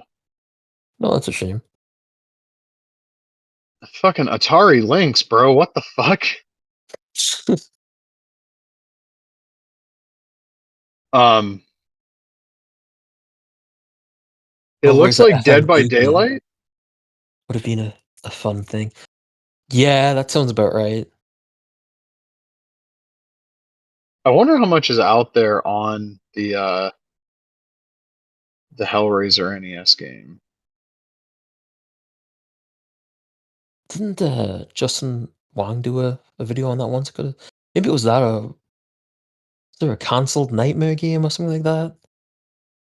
There was a canceled. We've talked about this. There was somebody that did a Yeah. review of the Nightmare game on NES, Hmm. and I had passed along to him what I knew about like a canceled Genesis version of the game, and also there's the original version of Nightmare for the NES where you play as Freddy. There's screenshots of it out there, Right. and I'm convinced there's got to be a playable build of that thing somewhere. Yeah, probably And buried somewhere. wouldn't that just be a fucking fascinating look at what they were having Rare do at that time? Yeah, it'd have been really cool.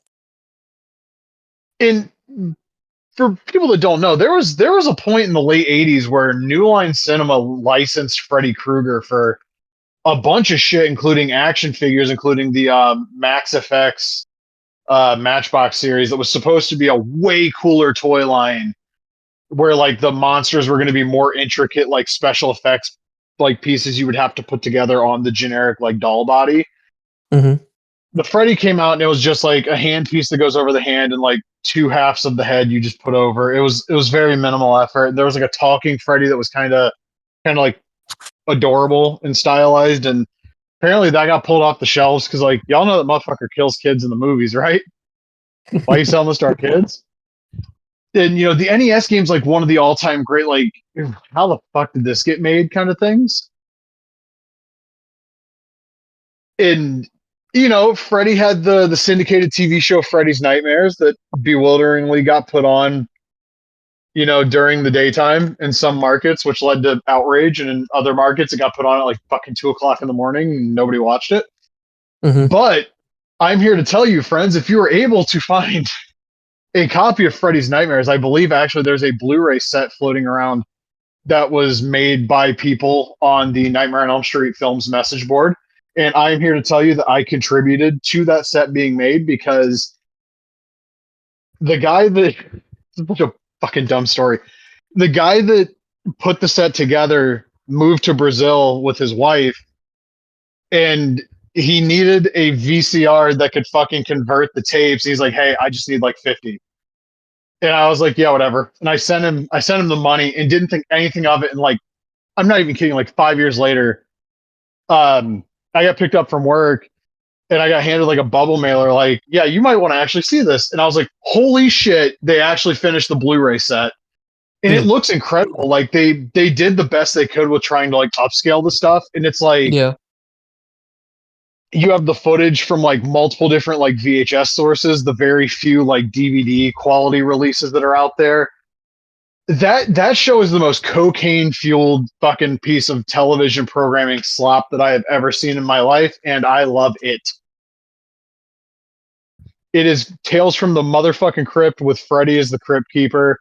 He even appears in some of the episodes, but like, you get like Mary Crosby's in a few episodes, and goddamn pal, Mariska Hargitay, like I think her actual first television gig is that show. Brad Pitt, one of his first gigs is on that show. Morris Chestnut from Boys in the Hood, one of his first gigs is on that show.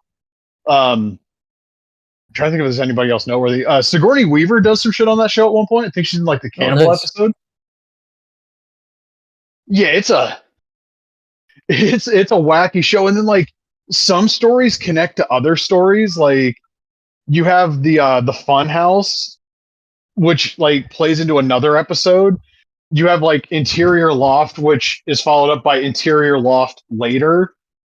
And there's like the mime episode where like the first half focuses on like a shock jock who like hates mimes because one makes him look stupid, and then the mime ends up being the reason he fucking loses his ability to speak, and then you find out the mime is actually a jewel thief, and he gets worked into stealing some shit out of his girlfriend's best friend's parents' house. But then like her parents end up getting killed. Her friend's parents, rather, oops, spoiler, end up getting killed. And like, it's this whole big fucking long, windy ass road. He's got a friend that runs a pawn shop that looks like Vince Russo. And at the end, it wasn't her friend's parents' house. It was her fucking house. And then she kills him and the pawn shop guy. And just like, brother, what the fuck? Yeah, I might have to check this out. This sounds like some good stuff. And there's like Dreams That Kill, the first episode I ever saw. This, you have like, basically like Morton Downey Jr. The guy, that's who the guy is. And he ends up he wants to do a story about dreams that kill, and then he falls asleep, and then Freddy shows up and he's like, yeah, you're not going to do that show, buddy. That's not going to happen. And then so they Montreal the guy because he's reading the cue cards, and he gets fucking worked into like, we're doing dreams that kill. And then after it's over, he's like, motherfucker, I told you we're not doing that. Freddy ends up putting him in traction in the hospital. This doctor does this fucking weird, like he puts this like giant fucking needle, like he's about to impregnate a horse, in this guy's fucking ear, and pulls his like healthy brain cells out and puts them into this kid that was in like a near fatal motorcycle accident. But all of a sudden this kid turns into the fucking Maury Povich guy, which means he's got Freddy in his fucking head. And then the episode basically ends with like the doctor having Freddy put in his head. It's just like they had like a pile of shit on the table just and fucking went to work, man. It is the most incredible fucking television show, and I love it. It's like, I love Dream Warriors. I love Freddy's Dead. I love the original. I love Dream Master. My actual favorite piece of Nightmare on Elm Street media is that show. It is fucking batshit crazy. God bless the 1980s. Oh God, that's. Let me rewatch that entire series. I'll do like a 4-part fucking review of that shit. God damn. What the fuck were we talking about before I started talking about Freddy's Nightmares? I have no idea. Hasbro showed off the leaked Marvel vs. Capcom figures this week. There's a Wolverine Silver Samurai 2-pack. Wolverine, like completely new body. He's like fucking jacked as shit. He's all like bulky, and like they showed the range of motion on the fan stream. He can actually get low enough to do his like default stance, which is really cool. Psylocke and Thanos, which sadly is a Target exclusive. The Thanos is basically just a redecoed Infinity Gauntlet Target exclusive Thanos, but with a different head to be more accurate to Marvel superheroes. Psylocke's like a whole new body, I think. Great figure. Omega Red War Machine. That's a Walmart exclusive. I don't like the War Machine because like they basically palette swapped what you would consider classic Iron Man to be, but in the Marvel vs. Capcom games, Iron Man doesn't have any yellow on his legs. It's like straight red all the way down. So if you were going to palette swap him to War Machine, it should look like War Machine has black like pants on, kind of. And it's like the silver, like the blue silver on the legs. It's a cool looking figure. It's just not accurate to him in MVC2. Omega Red looks awesome. And then Gargantos or whatever the fuck they're calling Shumagorath. That's like a deluxe figure. That thing is crazy because all the tentacles are like bendy and they have like an articulation point at like the shoulder. But the real show stealer to me was they did the Juggernaut bitch, and they could have just recycled the Juggernaut bitch from the 80th anniversary 2-pack with Colossus, but they said we're not going to recycle the Juggernaut bitch. We're going to do a new The Juggernaut bitch. And this figure is fucking massive. Crouching down, it is the same height as the 80th anniversary figure. Standing up, it's probably like a good 2.5 inches bigger. Like just gigantic. Really cool line, and it's interesting to see like the representation of video games and figure lines. You know, we had the Justice League Task Force come out recently as well from McFarlane. It'd be interesting to see what they could do in the future. You know, maybe pull inspiration from other games too. I'm curious how close they are to finishing out the Marvel vs. Capcom 2 roster, because they had the Cable and Marrow figures that have come out in the last couple of years. And someone pointed out, like, if you looked at what they had, I think it's half the roster, but I feel like they've done more figures that are in line with, like, the look of those games. Didn't they have Venom as well? Like, oh, yeah, there's a Captain America and Venom. God, how the fuck did I forget about that? So we're getting Blue Venom, which looks awesome. And we're getting a completely new body on Captain America where he's a big fucking jacked up dude. I don't think I need the Secret Wars cap. I think I need this cap. And also, like, with that Wolverine, I saw that and was like, I don't need a maximum. Yeah. This Wolverine is basically range of motion wise, articulation. I know it's like single joint elbows, but like I've seen all the poses they've done. There's nothing I would want to do with that Wolverine that I can't do. I don't think I need a maximum Wolverine. I don't think I need a maximum cap at this point either.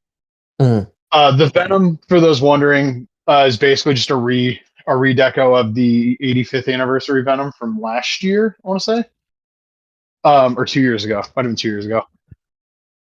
It's a great figure. He has like the head where it's like Eddie Brock and like the symbiote's kind of like taking over him. And that's the default head in the box, which I think looks really cool. I love stuff like this because they did the X-Men the arcade game Sentinels that were kind of like a halfway tie into 97. I want more video game centric stuff. If they could somehow do, and they would never be able to do this because they wouldn't license it, but like a set explicitly based on X-Men Mutant Apocalypse would be neat. Although now that I say that out loud, that's just another way for me to try to shoehorn like a comic accurate 90s beast into this line. Yeah. Apparently, we're going to be seeing Wave 3 of X-Men 97 at Comic-Con. So who would they have for that? I'm trying to think off the top of my head. I'm trying to remember the leaked lineup. I know Cable's in it. I think it's like Cable, Sunspot, Jubilee. Forge might be in it. They might have Charles Lee. Just 1 second. I got to load up Marvelous News as I almost trip over a cord on the floor.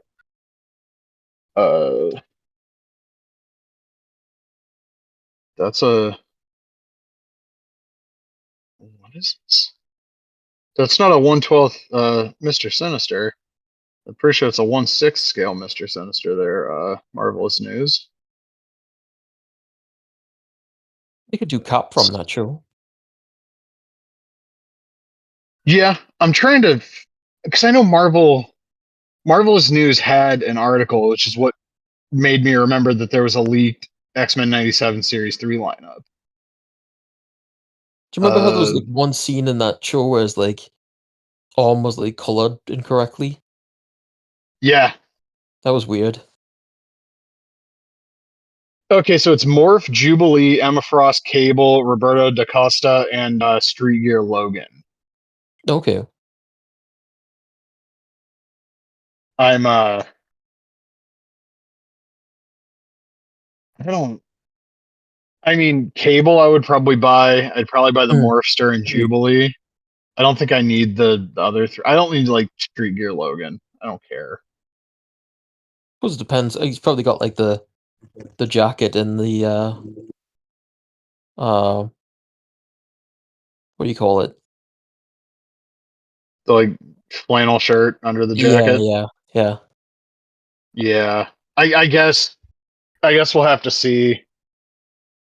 We'll have to see what that looks like at Comic They need Con. a set of that what was it basketball they were playing in that one episode? Yeah, that would be like a really neat like Comic Con exclusive. But now having said that, I would never get it because it would be a Comic Con exclusive. Yeah, exactly. Oh, speaking of potential Comic Con exclusives, Mattel showed off, or it leaked rather, an Ultimate Edition John Cena based on 2005, and it's in packaging that is based on the original Mattel Elite packaging from like 2010. Mm-hmm. That's a great bit. Like that's a really good bit. I just I don't fucking care about John Cena. Really. Yeah, same. Packaging's cool, but I don't need the figure. And the torso is the Batista torso, so the way it's packaged, you don't even see the champ is here print because it's so small, so it looks like he just has the belt printed on the shirt. Mm. And also, if you were wondering, it is the exact same parts as like if you have one of the Cena Ultimate Editions at this point, you have every single one of them. Also, don't know if you noticed this, that picture of him on the packaging, the original promo picture that's based on, he has a hat on. They photoshopped a hat off of his head. It looks so fucking weird. They always do weird shit like that. Yeah, it's WWE and Mattel. What can you do? Although it did make me wonder, like, what we're actually going to see and hear at Comic Con. Yeah, it should Like, be interesting. When is Comic Con again? July? late July. Yeah, I think Yeah. like the week of my birthday. Okay, so not too far Is off. yeah, probably just around 2 months. A friend of mine reached out to Jeremy about the AEW line because there was no display or anything at Double or Nothing, and Jeremy was like, "We're not done yet," and then they proceeded to say nothing the entire week of Double or Nothing. So, maybe in Arlington they'll have something. I mean, they're doing Starcast, so there's going to be some sort of a fan fest. There's no reason for Jazzwares to not have a booth. Yeah. But things have been like, other than the House of Black 3-pack, which was a couple of months ago, and the golf cart bullshit that nobody could possibly care about, they have been like completely silent for a long time now. And I know we had the Walmart retailer leaks where it was like Unrivaled 18 with like Okada, and I think Jeff Jarrett's replacing Penta in that set. But they've said nothing officially. Again, there's the Supreme Osprey, there's the Sting 3-pack. I want to say, actually, I think that's basically it that was announced, right? Last year, I think so. they've basically run through everything else. There might be an unmatched set too. I don't know. But this line does not have the release cadence I want, especially when like the product is very enjoyable and it's like kind of itching to get new figures of some of these people or just figures of some of them in general. and we're just not getting shit. Spin Yeah, Master we or need McFarlane, please save us. yeah, I think Spin Master would be a good choice. Yeah. McFarlane already does stuff in the 7-inch scale and also has like for all the negatives I can say about the articulation on a lot of the figures, the sculpting is really good at least. Yeah. So like that would be a um cool thing to see. Also, speaking of Double or Nothing, thought that show was great. Yeah, I actually ended No up buying real it. complaints. Um, Oh, really?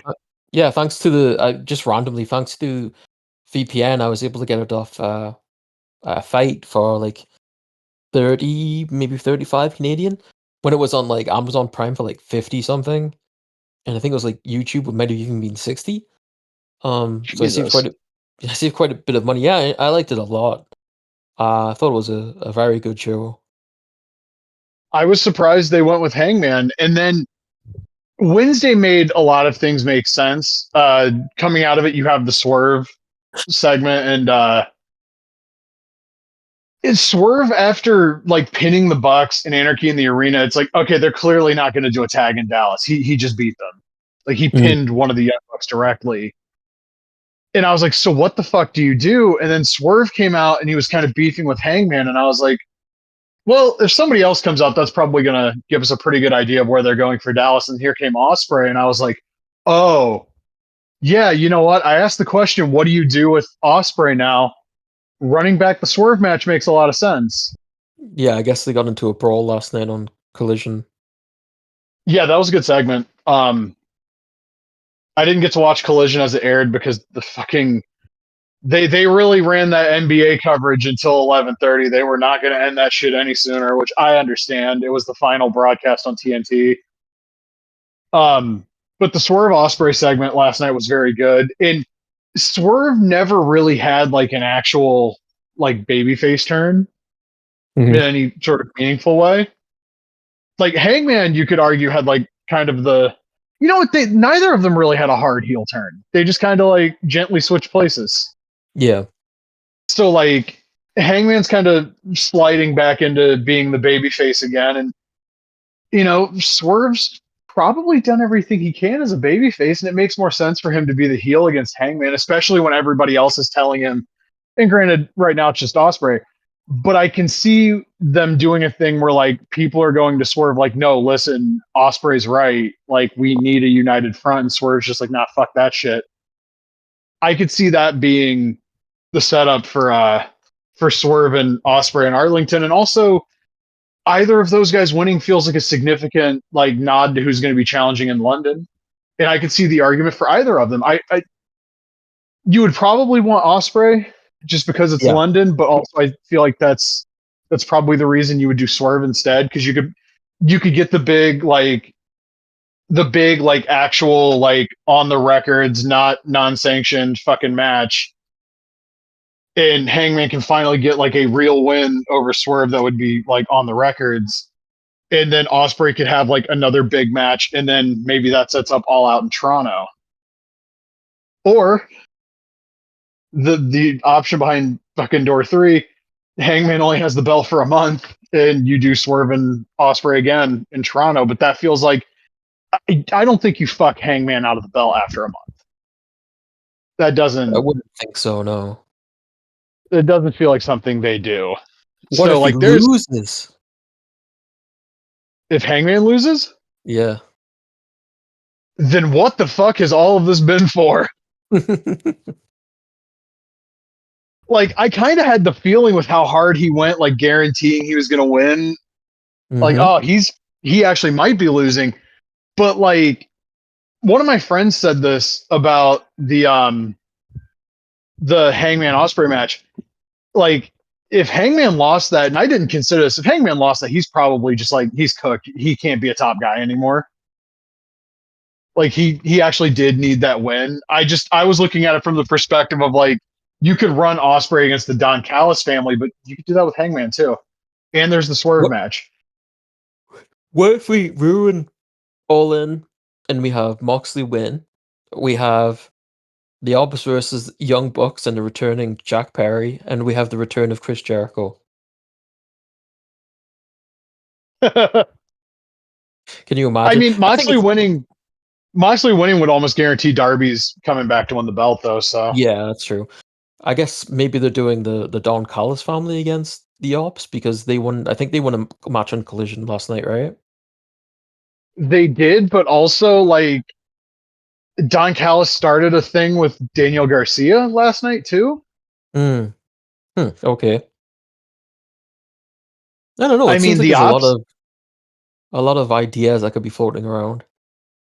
Yeah, and like if you look at what the potential top four of that show is, like the two title matches we already know, Kenny versus Okada has been like if not now, when? Yep. And then Swerve and Osprey, like that's an insanely like high level top four. Like at that point, it really doesn't matter what the rest of the card looks like, but you know they'll fill the card out with like other good shit too. Yeah, and we've got Tony versus Mercedes, and we'll see what they do with the I Hurt did. Syndicate. Yeah, it feels like the Von Erichs need to show up. Yeah, I've been seeing that for months. Yeah, me too. Because like, if not Dallas, then when? You've got them under Yeah. deals. Start fucking using them, please. I mean, they just beat two guys from Texas, so that seems like the next step would be another team from Texas in Texas. Yeah, it's a good And point. the goddamn Von Erichs and Arlington. I mean, come on. I will also say the Tony and Mercedes segment on Wednesday was very interesting in that one of them clearly is still stuck in like mid 2010s WWE promo delivery and cadence, and the other is one of the better characters anywhere you're going to find in pro wrestling right now. And it's funny The former considering. being Mercedes. Yeah, and you talk about like the promos, and it's Tony's doing this over the top character, and yeah, you're right. Mercedes is doing like this definitely like WWE style promo. It was interesting. And Yep. like they did the back and forth, right? And it was Mhm. like when Tony talked, say whatever you want about how goofy and over the top the gimmick is. There have been points where I wasn't a big fan of it, but she's somebody that clearly committed to that and like believes the shit she's saying. You can tell when Mm. she talks. She's timeless Tony Storm. Mercedes, and this has been my biggest knock against her since she came to AEW. She talks, walks, and acts and works like an act from 2014 NXT. Yeah, it's funny too how just like the back and forth, like how much better Tony's was when you think about just like the lines themselves, like when Mercedes says I'm the greatest of all time, and Tony says I'm timeless. It's like it just seemed like an obvious response, and just Yeah, made Mercedes sort of look like an idiot because like if you thought about it for like more than 1 second, you would have don't known what say her time to response. Tony Storm. Yeah, They're gonna have a hell of a match though. yeah, I'm looking forward to Like it a lot. Mercedes and Hayter was ridiculously good. The match with Athena was Yes, ridiculous. I shouldn't have said she still works like it's 2014 NXT because she's a lot better now than she was in 2014-15 in terms of like bell to bell. that Like when finish they give her somebody. Oh, that one. finish of the Hater match when she essentially it was a pin, but she essentially got DDT'd. That was crazy as Yeah, hell. I that wonder if was they'll nasty. I wonder if Tekla against Hater will be part of All In. Maybe, yeah. I saw she debuted. I didn't see all of Dynamite. I had to be up at like 4 a.m. on Thursday, so I was like, I'll catch the second hour the next day, and then I didn't even watch most of the second. Like I saw they did Fletcher and Cole, and I saw that Adam Cole like didn't lose the belt, but then I saw like he almost got killed on that power bomb on the apron, Yeah, and that was scary. shout outs to Kyle Fletcher. No, that was bad. Yeah. Um, but then they did the fucking pull apart where like a 5'8", 150-pound Adam Cole is screaming, "I'll kill you! You're a dead man," to a guy that's twice his fucking size. Like, okay, buddy. okay. There's I a feel like they're going to run that back on one of the 4-hour shows, or at least they should, and just give Fletcher the fucking TNT belt. Yeah, definitely. There's a lot of characters, like, where did they go from with All In to? You've got, like, Mina, obviously just came in recently, and is she going to be involved in that show? Probably not. They've been having Tony saved her last night, right, against Julia Hart and They're Sky doing a Blue. tag match on Wednesday. It was funny because, like, the Hounds of Hell basically turned babyface, and Julia, but then as soon as Sky Blue comes back, she's basically heel again. Funny how that works out. Yeah, they play fast and loose with a lot of stuff like that. Yeah. And I also like Sky Also, Blue's theme song doesn't fit her current look at all. also, she needs a new finisher because that running Code Red is like it just feels like Yeah, the majority of time it's set up for failure. it doesn't look very good, no. And No. yeah, it's margin So of error on a lot of moves that I see on TV is like, is it really worth it? You just do like a fucking brain buster. it'll be interesting to see where Forbidden Door goes to because I think they said it's going to be Tanahashi's last UK match. Um, so we'll see what they set up there. But like, what do they do in regards to like New Japan, AEW, Stardom? Is anyone from CMLL going to be present? You would think so. I I think the graphics this year just have the AEW and New Japan logos. Be really disappointing if there's no Stardom. Like, I think the obvious one to bring over would be Saya Kamatani because like she's turned into like a huge superstar. Um, but like I don't know who you would have a face at this point. She'd have to beat someone, of course. I would like for Hechicero to have a match that he actually fucking wins on an AEW Yeah. show. Because he lost to Mascara Dorada on Collision. Very good match. But I like Hechicero a lot. I would like to see him win. And I would also one of my favorite things about this New Japan partnership is how is she just like randomly appears. It's like you could be yeah. watching a show and he's just in the background. It's like, oh, he's back. Okay. I mean, I like seeing him on TV. I skipped that 6 man. I can't watch Trent Beretta. He fucking sucks. Yeah. I just think that's a funny part of his character. It's like you never know when he's gonna be there. And if he shows up, you just accept it. Like, yeah, he's there. Also, does this mean Paragon is part of the conglomeration? Maybe. I don't know. I mean, Kyle Kyle was part O'Reilly of the was, group, right? and there's Yeah. Ishii. Yeah, yeah. Why are they no longer conglomerating? I don't know. I I like what they've got announced for the 4-hour block on Wednesday. I'm probably not going to get to watch anywhere near all of the 4 hours. Mark Briscoe and Moxley. There's a I don't want to say there's an obvious outcome there because then they're going to do something wacky like Mark Briscoe rolls them up or some dumb shit.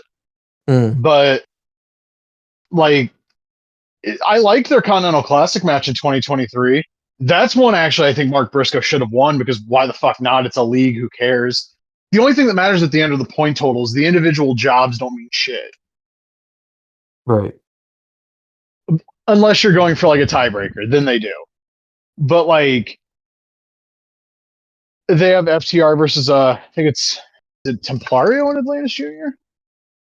The little segment they did to set that up is pretty neat. Tekla is debuting on Wednesday. They haven't denoted like which part Dynamite or Collision any of the stuff is going to be on. Just that it's a 4-hour fucking extravaganza.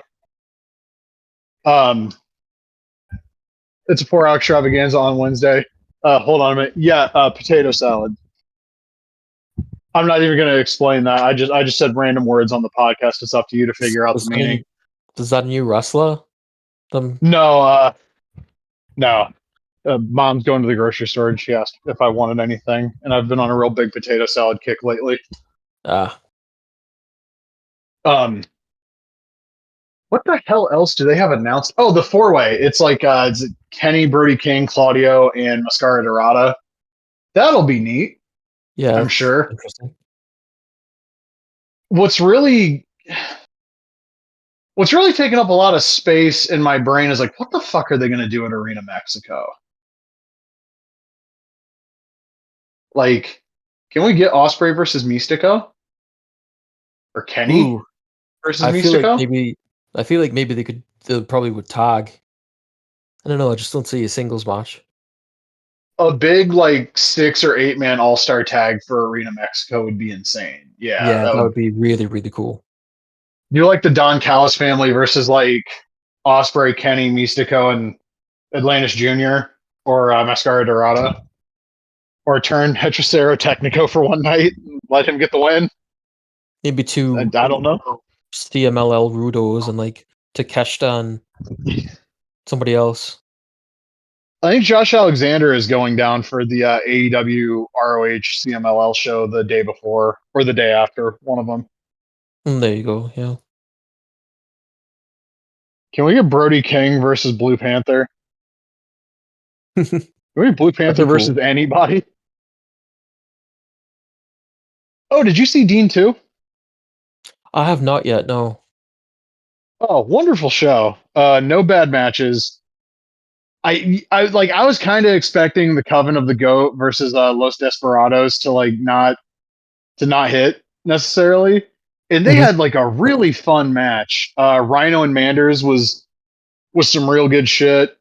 Mad Dog Connolly and Adam Priest in the main event was wonderful. Slim J and Beast Mordos was tremendous. The Cybernetico match was incredible. Lee Moriarty and Matt Mako was very very good. Yeah, like it's up for free on the Ring of Honor YouTube channel. I implore everybody listening to this, watch it, share it. Um, the better that show does in terms of like views, the more likely we are to get more. And it's also paying tribute to a guy that either directly or indirectly has influenced all of us in terms of pro wrestling. Right. Like, there's a lot of people that even if you didn't read like Dean Rasmussen's writing, he influenced so many people. If you ever read like Ditch or Segunda Kaida or like basically anybody's reviews that weren't like Dave, legit anybody's reviews that weren't Dave over the last like 20, 25 years, they've taken something from Dean. If you're a big fan of like weird independent Japanese wrestling, that like that's directly from him. Like weird lucha, that's him. Weird indie wrestling in general, honestly. But he also like the Taue Dreamer review. This is the best Tommy Dreamer match I've ever seen and the worst Akira Taue match I've ever seen. That was it. That was the review. And When did that Brian match Alvarez take took the place? January 19th, 95. It's on the commercial tape with the Kobashi Kawada hour draw. God, what a weird time frame. Yeah, and there's like a 6 man, like a Westerner 6 man on that tape too. It's got like Doc and Stan Hansen on opposite teams. I don't remember who's all in it. But that Dreamer and Taue match, that made it to the Ditch website. I think it was for no other reason than the novelty, because it's still like Suspenders Dreamer. Hmm. Actually, he might just be in like red trunks for that. I don't remember if he has the suspenders. It's been a long time since I've seen that. But the review's accurate. It's the best Tommy Dreamer match you're ever going to see, and it's by far the worst Taue match. And that show just felt like a celebration of like all of the things that all of us that were on DVD, VR, and similar wrestling message boards in the 2000s, like that was our wheelhouse for 2 hours. Just really fun, really solid wrestling. Danielson showed up and correctly called Adam Priest the best independent wrestler in America. I might have said North America, but either way, it's true. I'm trying to remember what one of my mutuals when I was on Twitter called. I think they called him like the Dixie Dynamite Kid and like the baby Jamie Noble or Jamie Noble Cito, which is funny because Jamie Noble's not a big guy either. So to be mini Jamie Noble, you have to be pretty tiny. But What happened to the Dynamite Kid, by the way? Is he injured right now? I think he's just not being used. Oh, come on.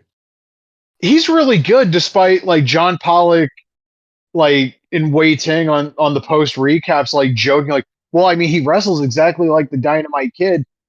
That's like a bad thing? Now, if he ends up being the same kind of person as the Dynamite Kid, okay. That's Do you one think way you he's shouldn't be like Dynamite Kid. I mean, they've got to bring him back for Forbidden Door, right? I would, yeah, I would hope, but like, you know what needs to happen? They need to send him to New Japan, and they need to find a new Tiger Mask. Yeah, that Because would they were be really big a very few cool. years ago on being like, "Oh, we have the Reiwa era Three Musketeers. Give me a Reiwa era fucking Tiger Mask, and we'll send our Dynamite Kid over to fucking work with them. I'm sure it would be good." That would be really cool. And there's something I'm thinking in my head, and I can't. It's like you ever like almost picture something and you can't get it out.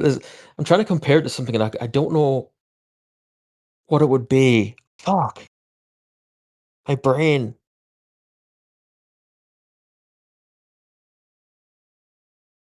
I'm trying really hard, and I can't remember what I wanted to compare it to.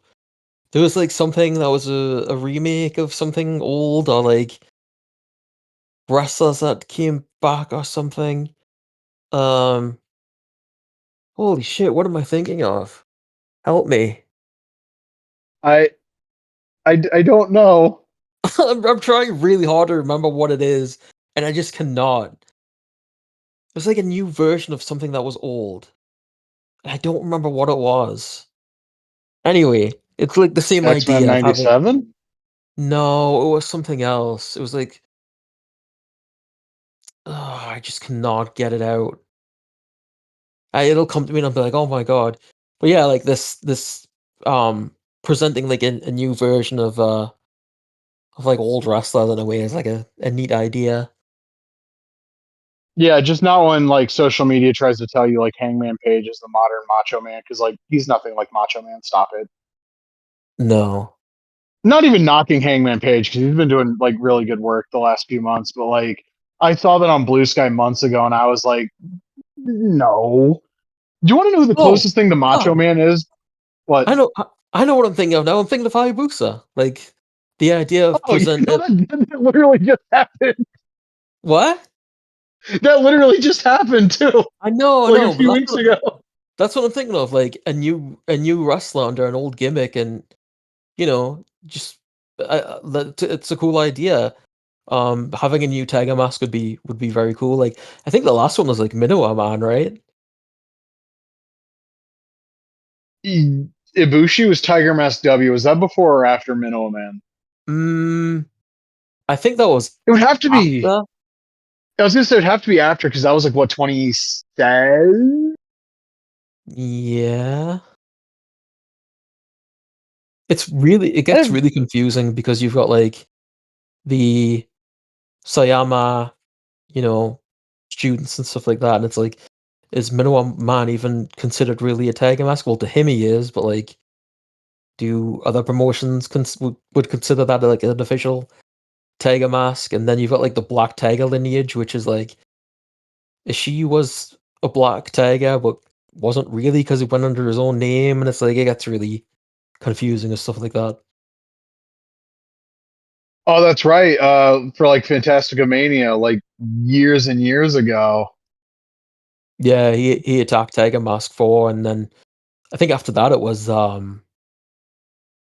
Tetsuhiko Takiiwa, right? Takaiwa, yeah. Takaiwa, yeah, and then Nosawa in Old Japan. God, Nosawa is Bad. not a particularly good wrestler. Yeah, No. But not also, a great booker either. if you're gonna have a Tiger Mask, you need to bring a new one. You're gonna need to bring someone up from the dojo, or maybe someone independently. I mean, it can't be obviously someone that's already on the roster. So it takes the right person as well. And is there anybody like that right now? I don't think there's anybody that you could slot as Tiger Mask, like just to pluck somebody. To me, Tiger Mask brings with it the expectation of like a fluidity of movement that most human beings are not capable of. Like the only Tiger Mask that moved anything like Sayama was number four. Mm.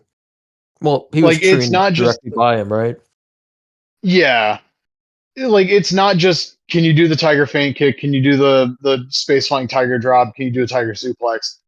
It's the movement, it's the way Sayama set things up, it's the way he threw the kicks. Like his jumping spin kick looks totally different from everybody else that's ever been Tiger Mask as well, including number 4. Yeah. Like you have to, you've got to be able to move like fucking Bruce Lee to be an effective Tiger Mask, which is why I like Misawa as Tiger Mask, but he's like a different kind of like Tiger Mask. I don't like Kanimoto as Tiger Mask like at all. I like I don't think he Kanimoto liked way it more either. as Kanimoto. No, he was dying to have that fucking mask taken off of him. But yeah, I would like to see Dynamite Cito back. Also, the Steve Austin Ultimate Edition Monday Night War Elite or Ultimate rather, that's hitting retail now. You can go on eBay and find people selling that thing for $150 fucking dollars, despite the fact that it is, in fact, $33 at your local Walmart if they have it in stock. I'm so tired of this shit, man. Yeah, Like, it's sad. why do you need to make twice what you paid for a fucking action figure? Like, why do you need that back? Greed. Yeah. And I understand, like, times are tough and all this stuff. There are so many people listing this thing for $75, $100. Do not pay this. That thing is going to be up on Mattel Creations at some point. Like, I get it if you pay like the 55 or whatever, because like your Walmart in your area is kind of shitty and you know you're probably not going to see it. For the love of fuck, though, please do not give in to scalpers charging 4 or 5 times what something costs. That is ridiculous. There's no fucking excuse for this. These people are going to hell. Like super hell too, not just like regular hell. Super Hell 2. Yeah. Also, nice of this person to take all of the pictures of this Austin while it's sitting on the fucking shelf at Walmart. Probably listed that fucking thing before he walked out of the store with it. That's so goddamn scummy. Probably Great hasn't even figure bought though. it. Yeah. Could Probably you expects to go back. imagine? Yeah, go back to Walmart and pick it up, and it's gone. Yeah, I was gonna say, like, could you imagine you paid that money and then like if they generated like a bullshit tracking number or and I've seen this happen with eBay. People get sent like a box that like doesn't have anything in it. Yeah. And it's like the tracking says it's been delivered, so guess what? You're fucked.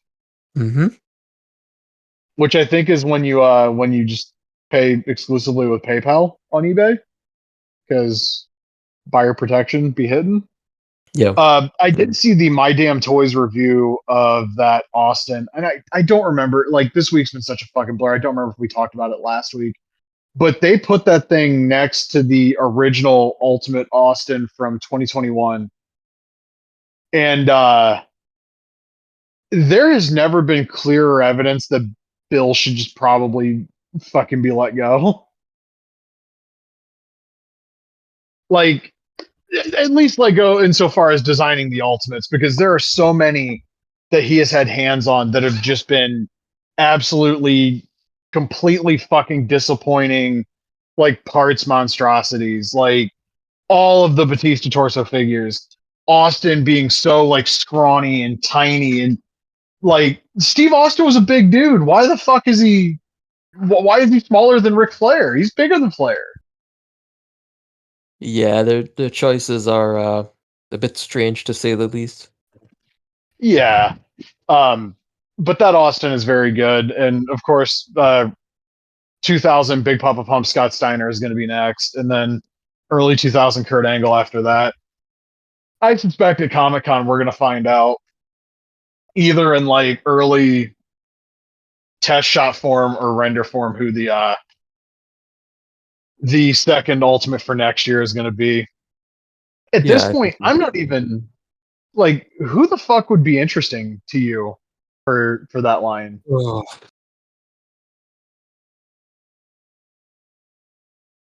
Because bear in mind, the next figure after Angle is WCW. Kurgan. They're not going to do an Ultimate Kurgan. No, I know. He would be a great WCW. Build-A-Figure, though. Yeah, I don't know. Who could they pull from WCW? My gut says Final Nitro Booker. Yeah, I mean that could be it. I'm trying to think who else. Because, Have they like, done have they done like a short haired page? Besides no, that's a like I know they did WWF 2001, right? yeah. I That's an interesting pick. That's a good one. I mean, we can't get anything that was going to be in the crowd fund, so like getting early Nitro Hulk, that wouldn't even be particularly interesting to me. I would just be spitballing at that point. They did the Warrior as a um, Monday Night War Elite. They did the DDP as an Elite. They did the Ray as an Elite. We can't get the Scott Steiner, so what does that matter? We're also getting the version of Steiner I actually wanted as an alternate. Um, yeah, what the fuck else no, you know what you do? You give Magic a shot at Goldberg. Yeah, that's another one.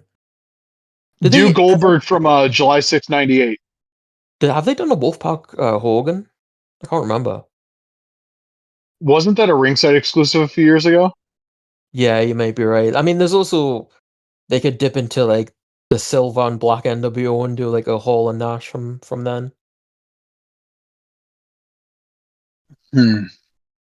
I mean, that was shit, but like there's a whole bunch of Nash attires from like then and like post NWO that they could choose from. I like the idea of Goldberg if it means that we get like a new torso for him, which I think we would. I was looking for like Luga's total package logo because it's not on the 2K model. So I was like, is there an image of that anyway? And there's a match between him and Goldberg has like some sort of logo on the back of his trunks, which I don't remember him ever having, which is really Is strange. that his shit that's in Backstage Assault, like as an alternate? That might be it. I can't remember exactly what it said. It was kind of hard to make out. Because I I was want to like, say in Backstage Assault he has an alternate where he's got like text on his gear, like a yeah, logo. it was really strange and interesting because like when do you ever see that? Hmm. Not having Sting hurts a lot because there's like three Yeah, it things off the sucks. top of my head. Um, Especially because Jazzwares isn't doing anything with him. I would be look. They did the two classic Stings and didn't get in any trouble. I'd start cranking those fuckers out. God Mm, damn. yeah. Um, Not having Savage also. Not having Flair is another one. Um, not having the Giant. There's a lot of people they don't have access to on the WCW side that would make for interesting ultimates. Yeah, it's funny Um, how things have changed with AEW and a lot of people that would have been guaranteed to be with WWF or WWE are now gone. yeah, goddamn, who is actually available other than like Booker or DDP? Yeah, Booker, DDP, Steiner, Hall, Nash, Hogan, Piper. Trying to think who else. Do they do a different ultimate Rey Mysterio? Because obviously we can't get the cruiserweight title. And do they pick a different Ray? I wouldn't think Ray. I mean, I don't think they would do an Ultimate, but is Conan a possibility now, or is he still Hmm. with Master Republic? Well, I mean, they would have to go through Master Public to sign Conan, but Right. Yeah. that's an interesting one. Um, they did all those like Legends deals recently. It doesn't feel like there's anybody that jumps out at me immediately that could, because like they're not going to do another Luger. The Luger they did is A, the Luger I want, and B, the only Luger that makes sense as an ultimate for WCW. Um, God, do they loop around and do Hogan? I could see it. Just not even thinking about like Ultimates, but like figures in general. It's like they haven't done a Kidman, and he still works for WWE as far as I'm aware. They could He's do never had a merch deal, apparently. weird. They haven't done a Lord Steven Regal, right? Yeah, you know what? That would be. Finley? Do these guys have merch deals? I have no idea. Because those are two I would want. They're Yeah. not guys that I would anchor a set. Well, I would anchor a set with them because I'm a fucking sicko, and I'd actually like to be able to find these in Walmart. Can we got Um, like can we not get like a babyface 95, 96 Eddie? mm, they did that the white singlet one. Oh, right.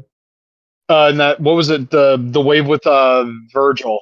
Because remember it was like that whole wave was re-releases because it was like the Target Bam Bam, that Eddie, which was also Target exclusive, the one like 97 Sean, and then whatever the fuck the fourth figure was in that set. Right. I mean, you could do a WCW Bam Bam. You could do an NWO Dusty Rhodes. Did they do that? Are they doing that? NWO Isn't it? Dusty's already been a build a figure. NWO Right, Bam right, Bam right. was in that, or WCW Bam Bam was in that. But they could always do like the orange and like yellow and red flames. I don't see why we Yeah, just need the gray ones. Is I it think weird that's that what I he. associate that more with ECW than WCW? Which one? The gray flames. Oh no, I associate that with ECW as well. Like I know he wore the orange, yellow, and red in ECW, but like my mind defaults to the gray for him in ECW, which is weird because the first Toy Biz Bam Bam's in the like blue and gray. I think it makes sense though because that's where he debuted that attire, right? So Mm, I yeah. think that's what you first think of, and I think his first appearance on Nitro was in the yellow and red. Oh, when he comes through the back calling out Goldberg, that was fucking Yeah, crazy. yeah, It really should have just been Bammer and Goldberg at Starcade '98. yeah. That shit was really good. Everyone wanted to see it. That fuck, he really fucked up. I mean, they do have a match. What is it on like Super Brawl? That match is awesome. Yeah, it should have got a lot more attention though. Like that was really cool, that angle when he first came out. And he comes out in full gear too, which is just seems really funny. Um Don't let trying anybody tell you Goldberg didn't have good matches outside of the one with DDP because he did. oh, Goldberg oh fucking. yeah. I mean Goldberg, a good match for Goldberg too was like his shit against Parker, right? Like when he gets hit with the chair, Parker does a dance, turns around, Goldberg spear, jackhammer. Like that was a good match. Don't tell me it wasn't, because it was great. Yeah, it ruled. Shout outs to fucking to Big Bill. Apparently, he's retiring on the Saturday Night's Main Event, the day of All In. Ugh. Good for you, Bill. I won't be watching, He but should good for you, Bill. retire on a pay-per-view, not Saturday night's main event. Well, think about it. It's going to be on NBC. There's going to be a lot of people watching that. I guess. Just I did also not watch anything from the last one. I just, be very if I'm going to watch Saturday Night's Main Event, it's going to be from the '80s. Bill Goldberg retiring on a retro themed WWE show with the old ropes and possibly Jesse Ventura on commentary sounds really strange. You know what? If I can be guaranteed Jesse's going to be on commentary for that, I would probably watch it for that. The idea of Jesse Ventura calling a Goldberg match. Yeah, that's kind of wild. Oh, real quick before we wind things down, I did get my WrestleMania 3, 4, 5, and 6 Blu-rays, and Hmm. if you're following me on Blue Sky, I watched a bunch of stuff on the Mania 5 one. I watched the March 18th, 89 Madison Square Garden and Boston Garden versions of Rockers versus Brainbusters and Hulk and Bossman in the Cage. I Wait, these are thought, like the custom Blu-rays, right? yes.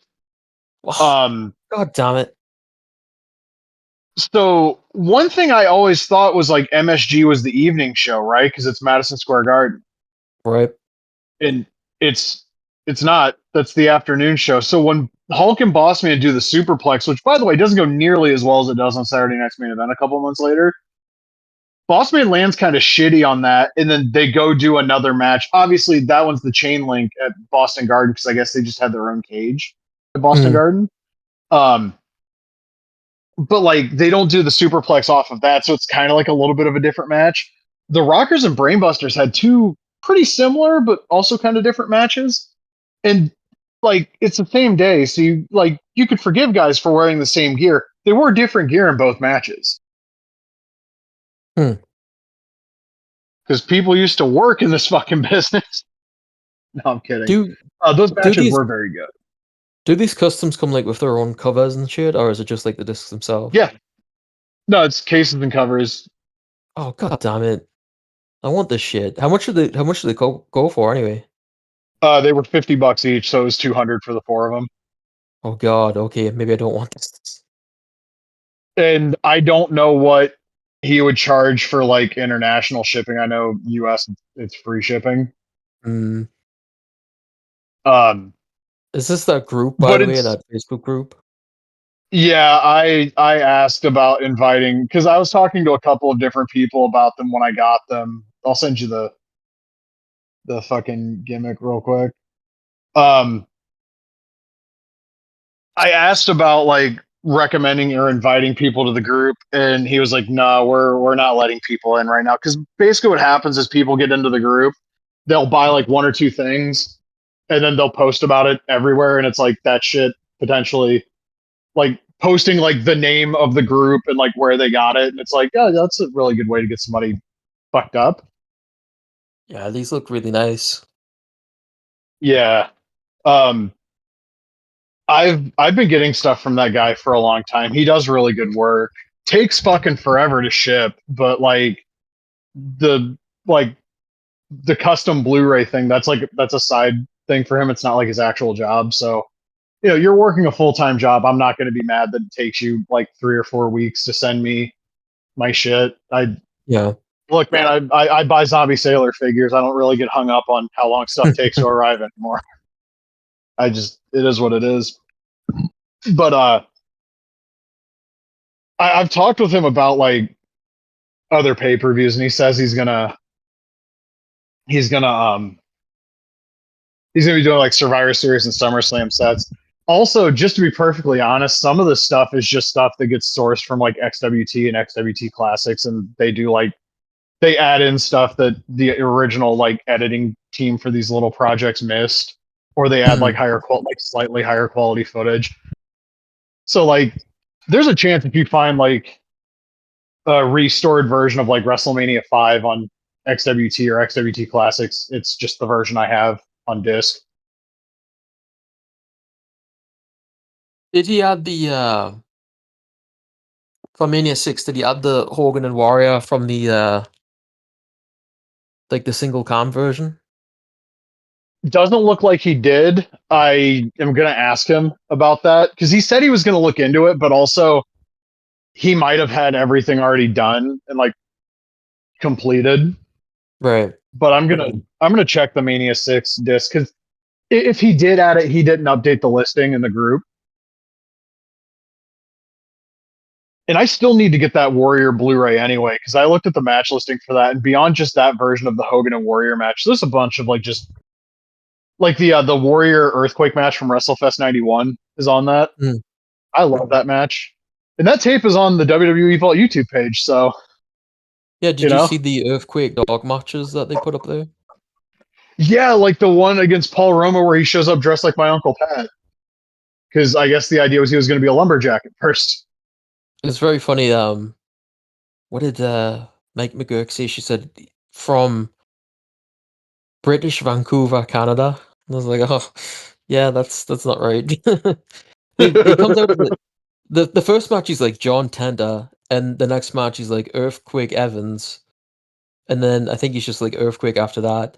Then they have a match from was like 2001, a dark match. Oh, where he beats one of the fucking Mean Street Posse when he's dressed up like one of the goddamn bushwhackers. Yeah. Yeah, I remember seeing that one like years ago. And then the one where he's Earthquake Evans, that's on the unreleased 86 to 95 DVD that came out, Jesus, what was like 2017. Yeah, that's right. It's very funny because he had to have the alliterative name like Tugboat did when Tugboat first showed up because he's Tugboat Thomas at first. And they dropped that shit real quick. That's right, yeah. I don't know what their obsession was with giving people alliterative names, but it's very funny that those two are like the first two examples I think of, and they ended up being a tag team. I imagine Vince just like shit his pants and he was like, an earthquake wouldn't have a last name. A tugboat wouldn't have a last name. And those two being a tag team is responsible for one of my favorite Meltzerisms. Earthquake is next to Useless in the ring, and the Useless he's next to is named Typhoon. I love the natural disasters. When I was little, I had their Hasbros. I punched a kid in the face in preschool because he took them out of my little mailbox thing and tried telling people they were his. But like, man, Typhoon sucked. Not a good wrestler. Yeah, not great, but he's a fun character at the time. Yeah, his theme song goes hard as hell though. That's like, yeah, dude, that is big time walk into the fucking shitter music right there. That's the kind of music you put on at like an all you can eat buffet to let people know like this is serious business, bro. Get the fuck out of my way. It's like a Kool-Aid man type of song where you're just gonna burst through the wall and get shit done. Or burst through the wall and eat shit like he did. Too, yeah. Stormtrooper helmet on. It's like King Shark would have that theme song from the Suicide Squad. Yeah. It's such a dumb theme song. It's great though. I don't know if that's a if that's a Jimmy Hart or a Jim Johnson, but God bless whichever one did it. That feels like a Jim Johnson to me. Yeah, kinda. Oh, speaking of iconic WWF theme songs, I did not realize a number of things about Rick Derringer until I found out he died, which is a fucking weird sentence to say. Yeah, like I didn't realize that he was on InfoWars a bunch. The Trump thing, like I can see it. I'm not condoning it, but he's like 5 years old. He was 5 years older than my mom.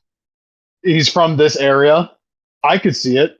But what I did not realize is when I Googled his name, I would find out that he was born in my hometown, which is crazy. Because I had heard I'd always heard he was from Fort Recovery, which is like 25 minutes to what direction is southeast of me. I'm just doxing myself. It's fine.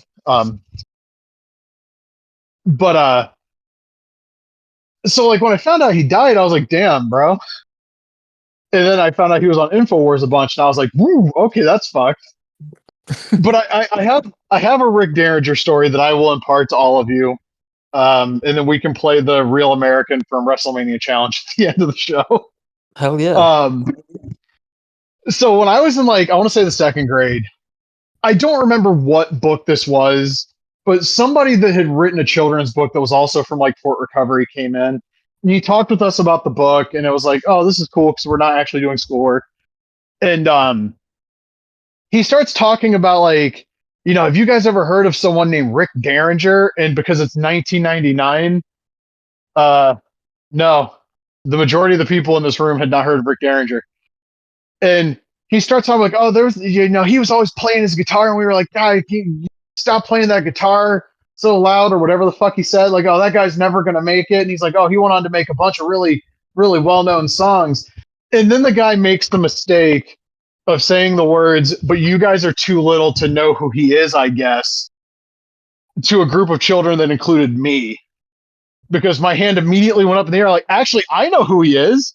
He did Hulk Hogan and Demolition's music in the WWF. And this guy looked at me like I was a fucking alien. Which, that's how I would look at an 8-year-old in 1999 if they told me the same things, actually. And that's I remember we went to Fort Recovery on a field trip in 4th grade, and I was like, why are there no landmarks dedicated to Rick Derringer? My teacher didn't think it was funny, but I was like, they have all these forts from the Civil War. Where's one of him playing the guitar? Why is do they play Real American every day at noon here? And my teacher was like, yeah, that's enough. And I'm like, no, that's not enough. I need answers to these questions right now, actually. And so yeah, it's not surprising to me that he was a Trump supporter. I did not know that he did a new version of Real American for Trump. Yeah. I can't imagine it sounds good. I was looking for it because we were talking about it the other day, and I looked at his YouTube channel and I couldn't find it anywhere. Maybe he removed it. Maybe I don't know, something you didn't like anymore. I don't know. It's again, I'm not fucking surprised that somebody that's that age from this area. It's disappointing, yeah, but like, I'm not shocked. None of this shit shocks me anymore. Did he sing the song on Infowars? I don't know. See, Wikipedia didn't have that information. I had that in my brain, but that might just be a me thing that I'm just remembering something that didn't happen. Seems to happen a lot. If he sang it on Infowars, did Alex Jones join in? God, I hope so. He was dressed like Mean Gene in Rock and Roll Hoochie Koo. Well, he certainly has the hairline for it, doesn't he? Fucking Alex Jones, what a piece of shit. Oh, Dudley right. We're Boys going to were be a good recording team, on. though. What's up? I said the Dudley Boys were a good team, though. Yeah, they were. Heatwave '99 was something. Uh, so I think we're still recording on Saturday this week, Yeah. unless something. Okay, nothing has changed. I would not be opposed to having an episode in the chamber for the following Sunday, Yeah, we could do that. like back-to-back recordings. That would be a hoot. But we will have another Aki centric interview for everybody on Saturday. Probably ask him about that sealed game collection too. Yeah. I totally just gave away who it was. If you know, you know. And then Sunday, I don't know what the fuck we're gonna discuss, but there may be 2 episodes next week. We may just drop the one on Saturday and then hold the Sunday recording off for a week. I don't fucking know. We'll figure it out. But until then, take care. Don't be an asshole. And Pacers in 6.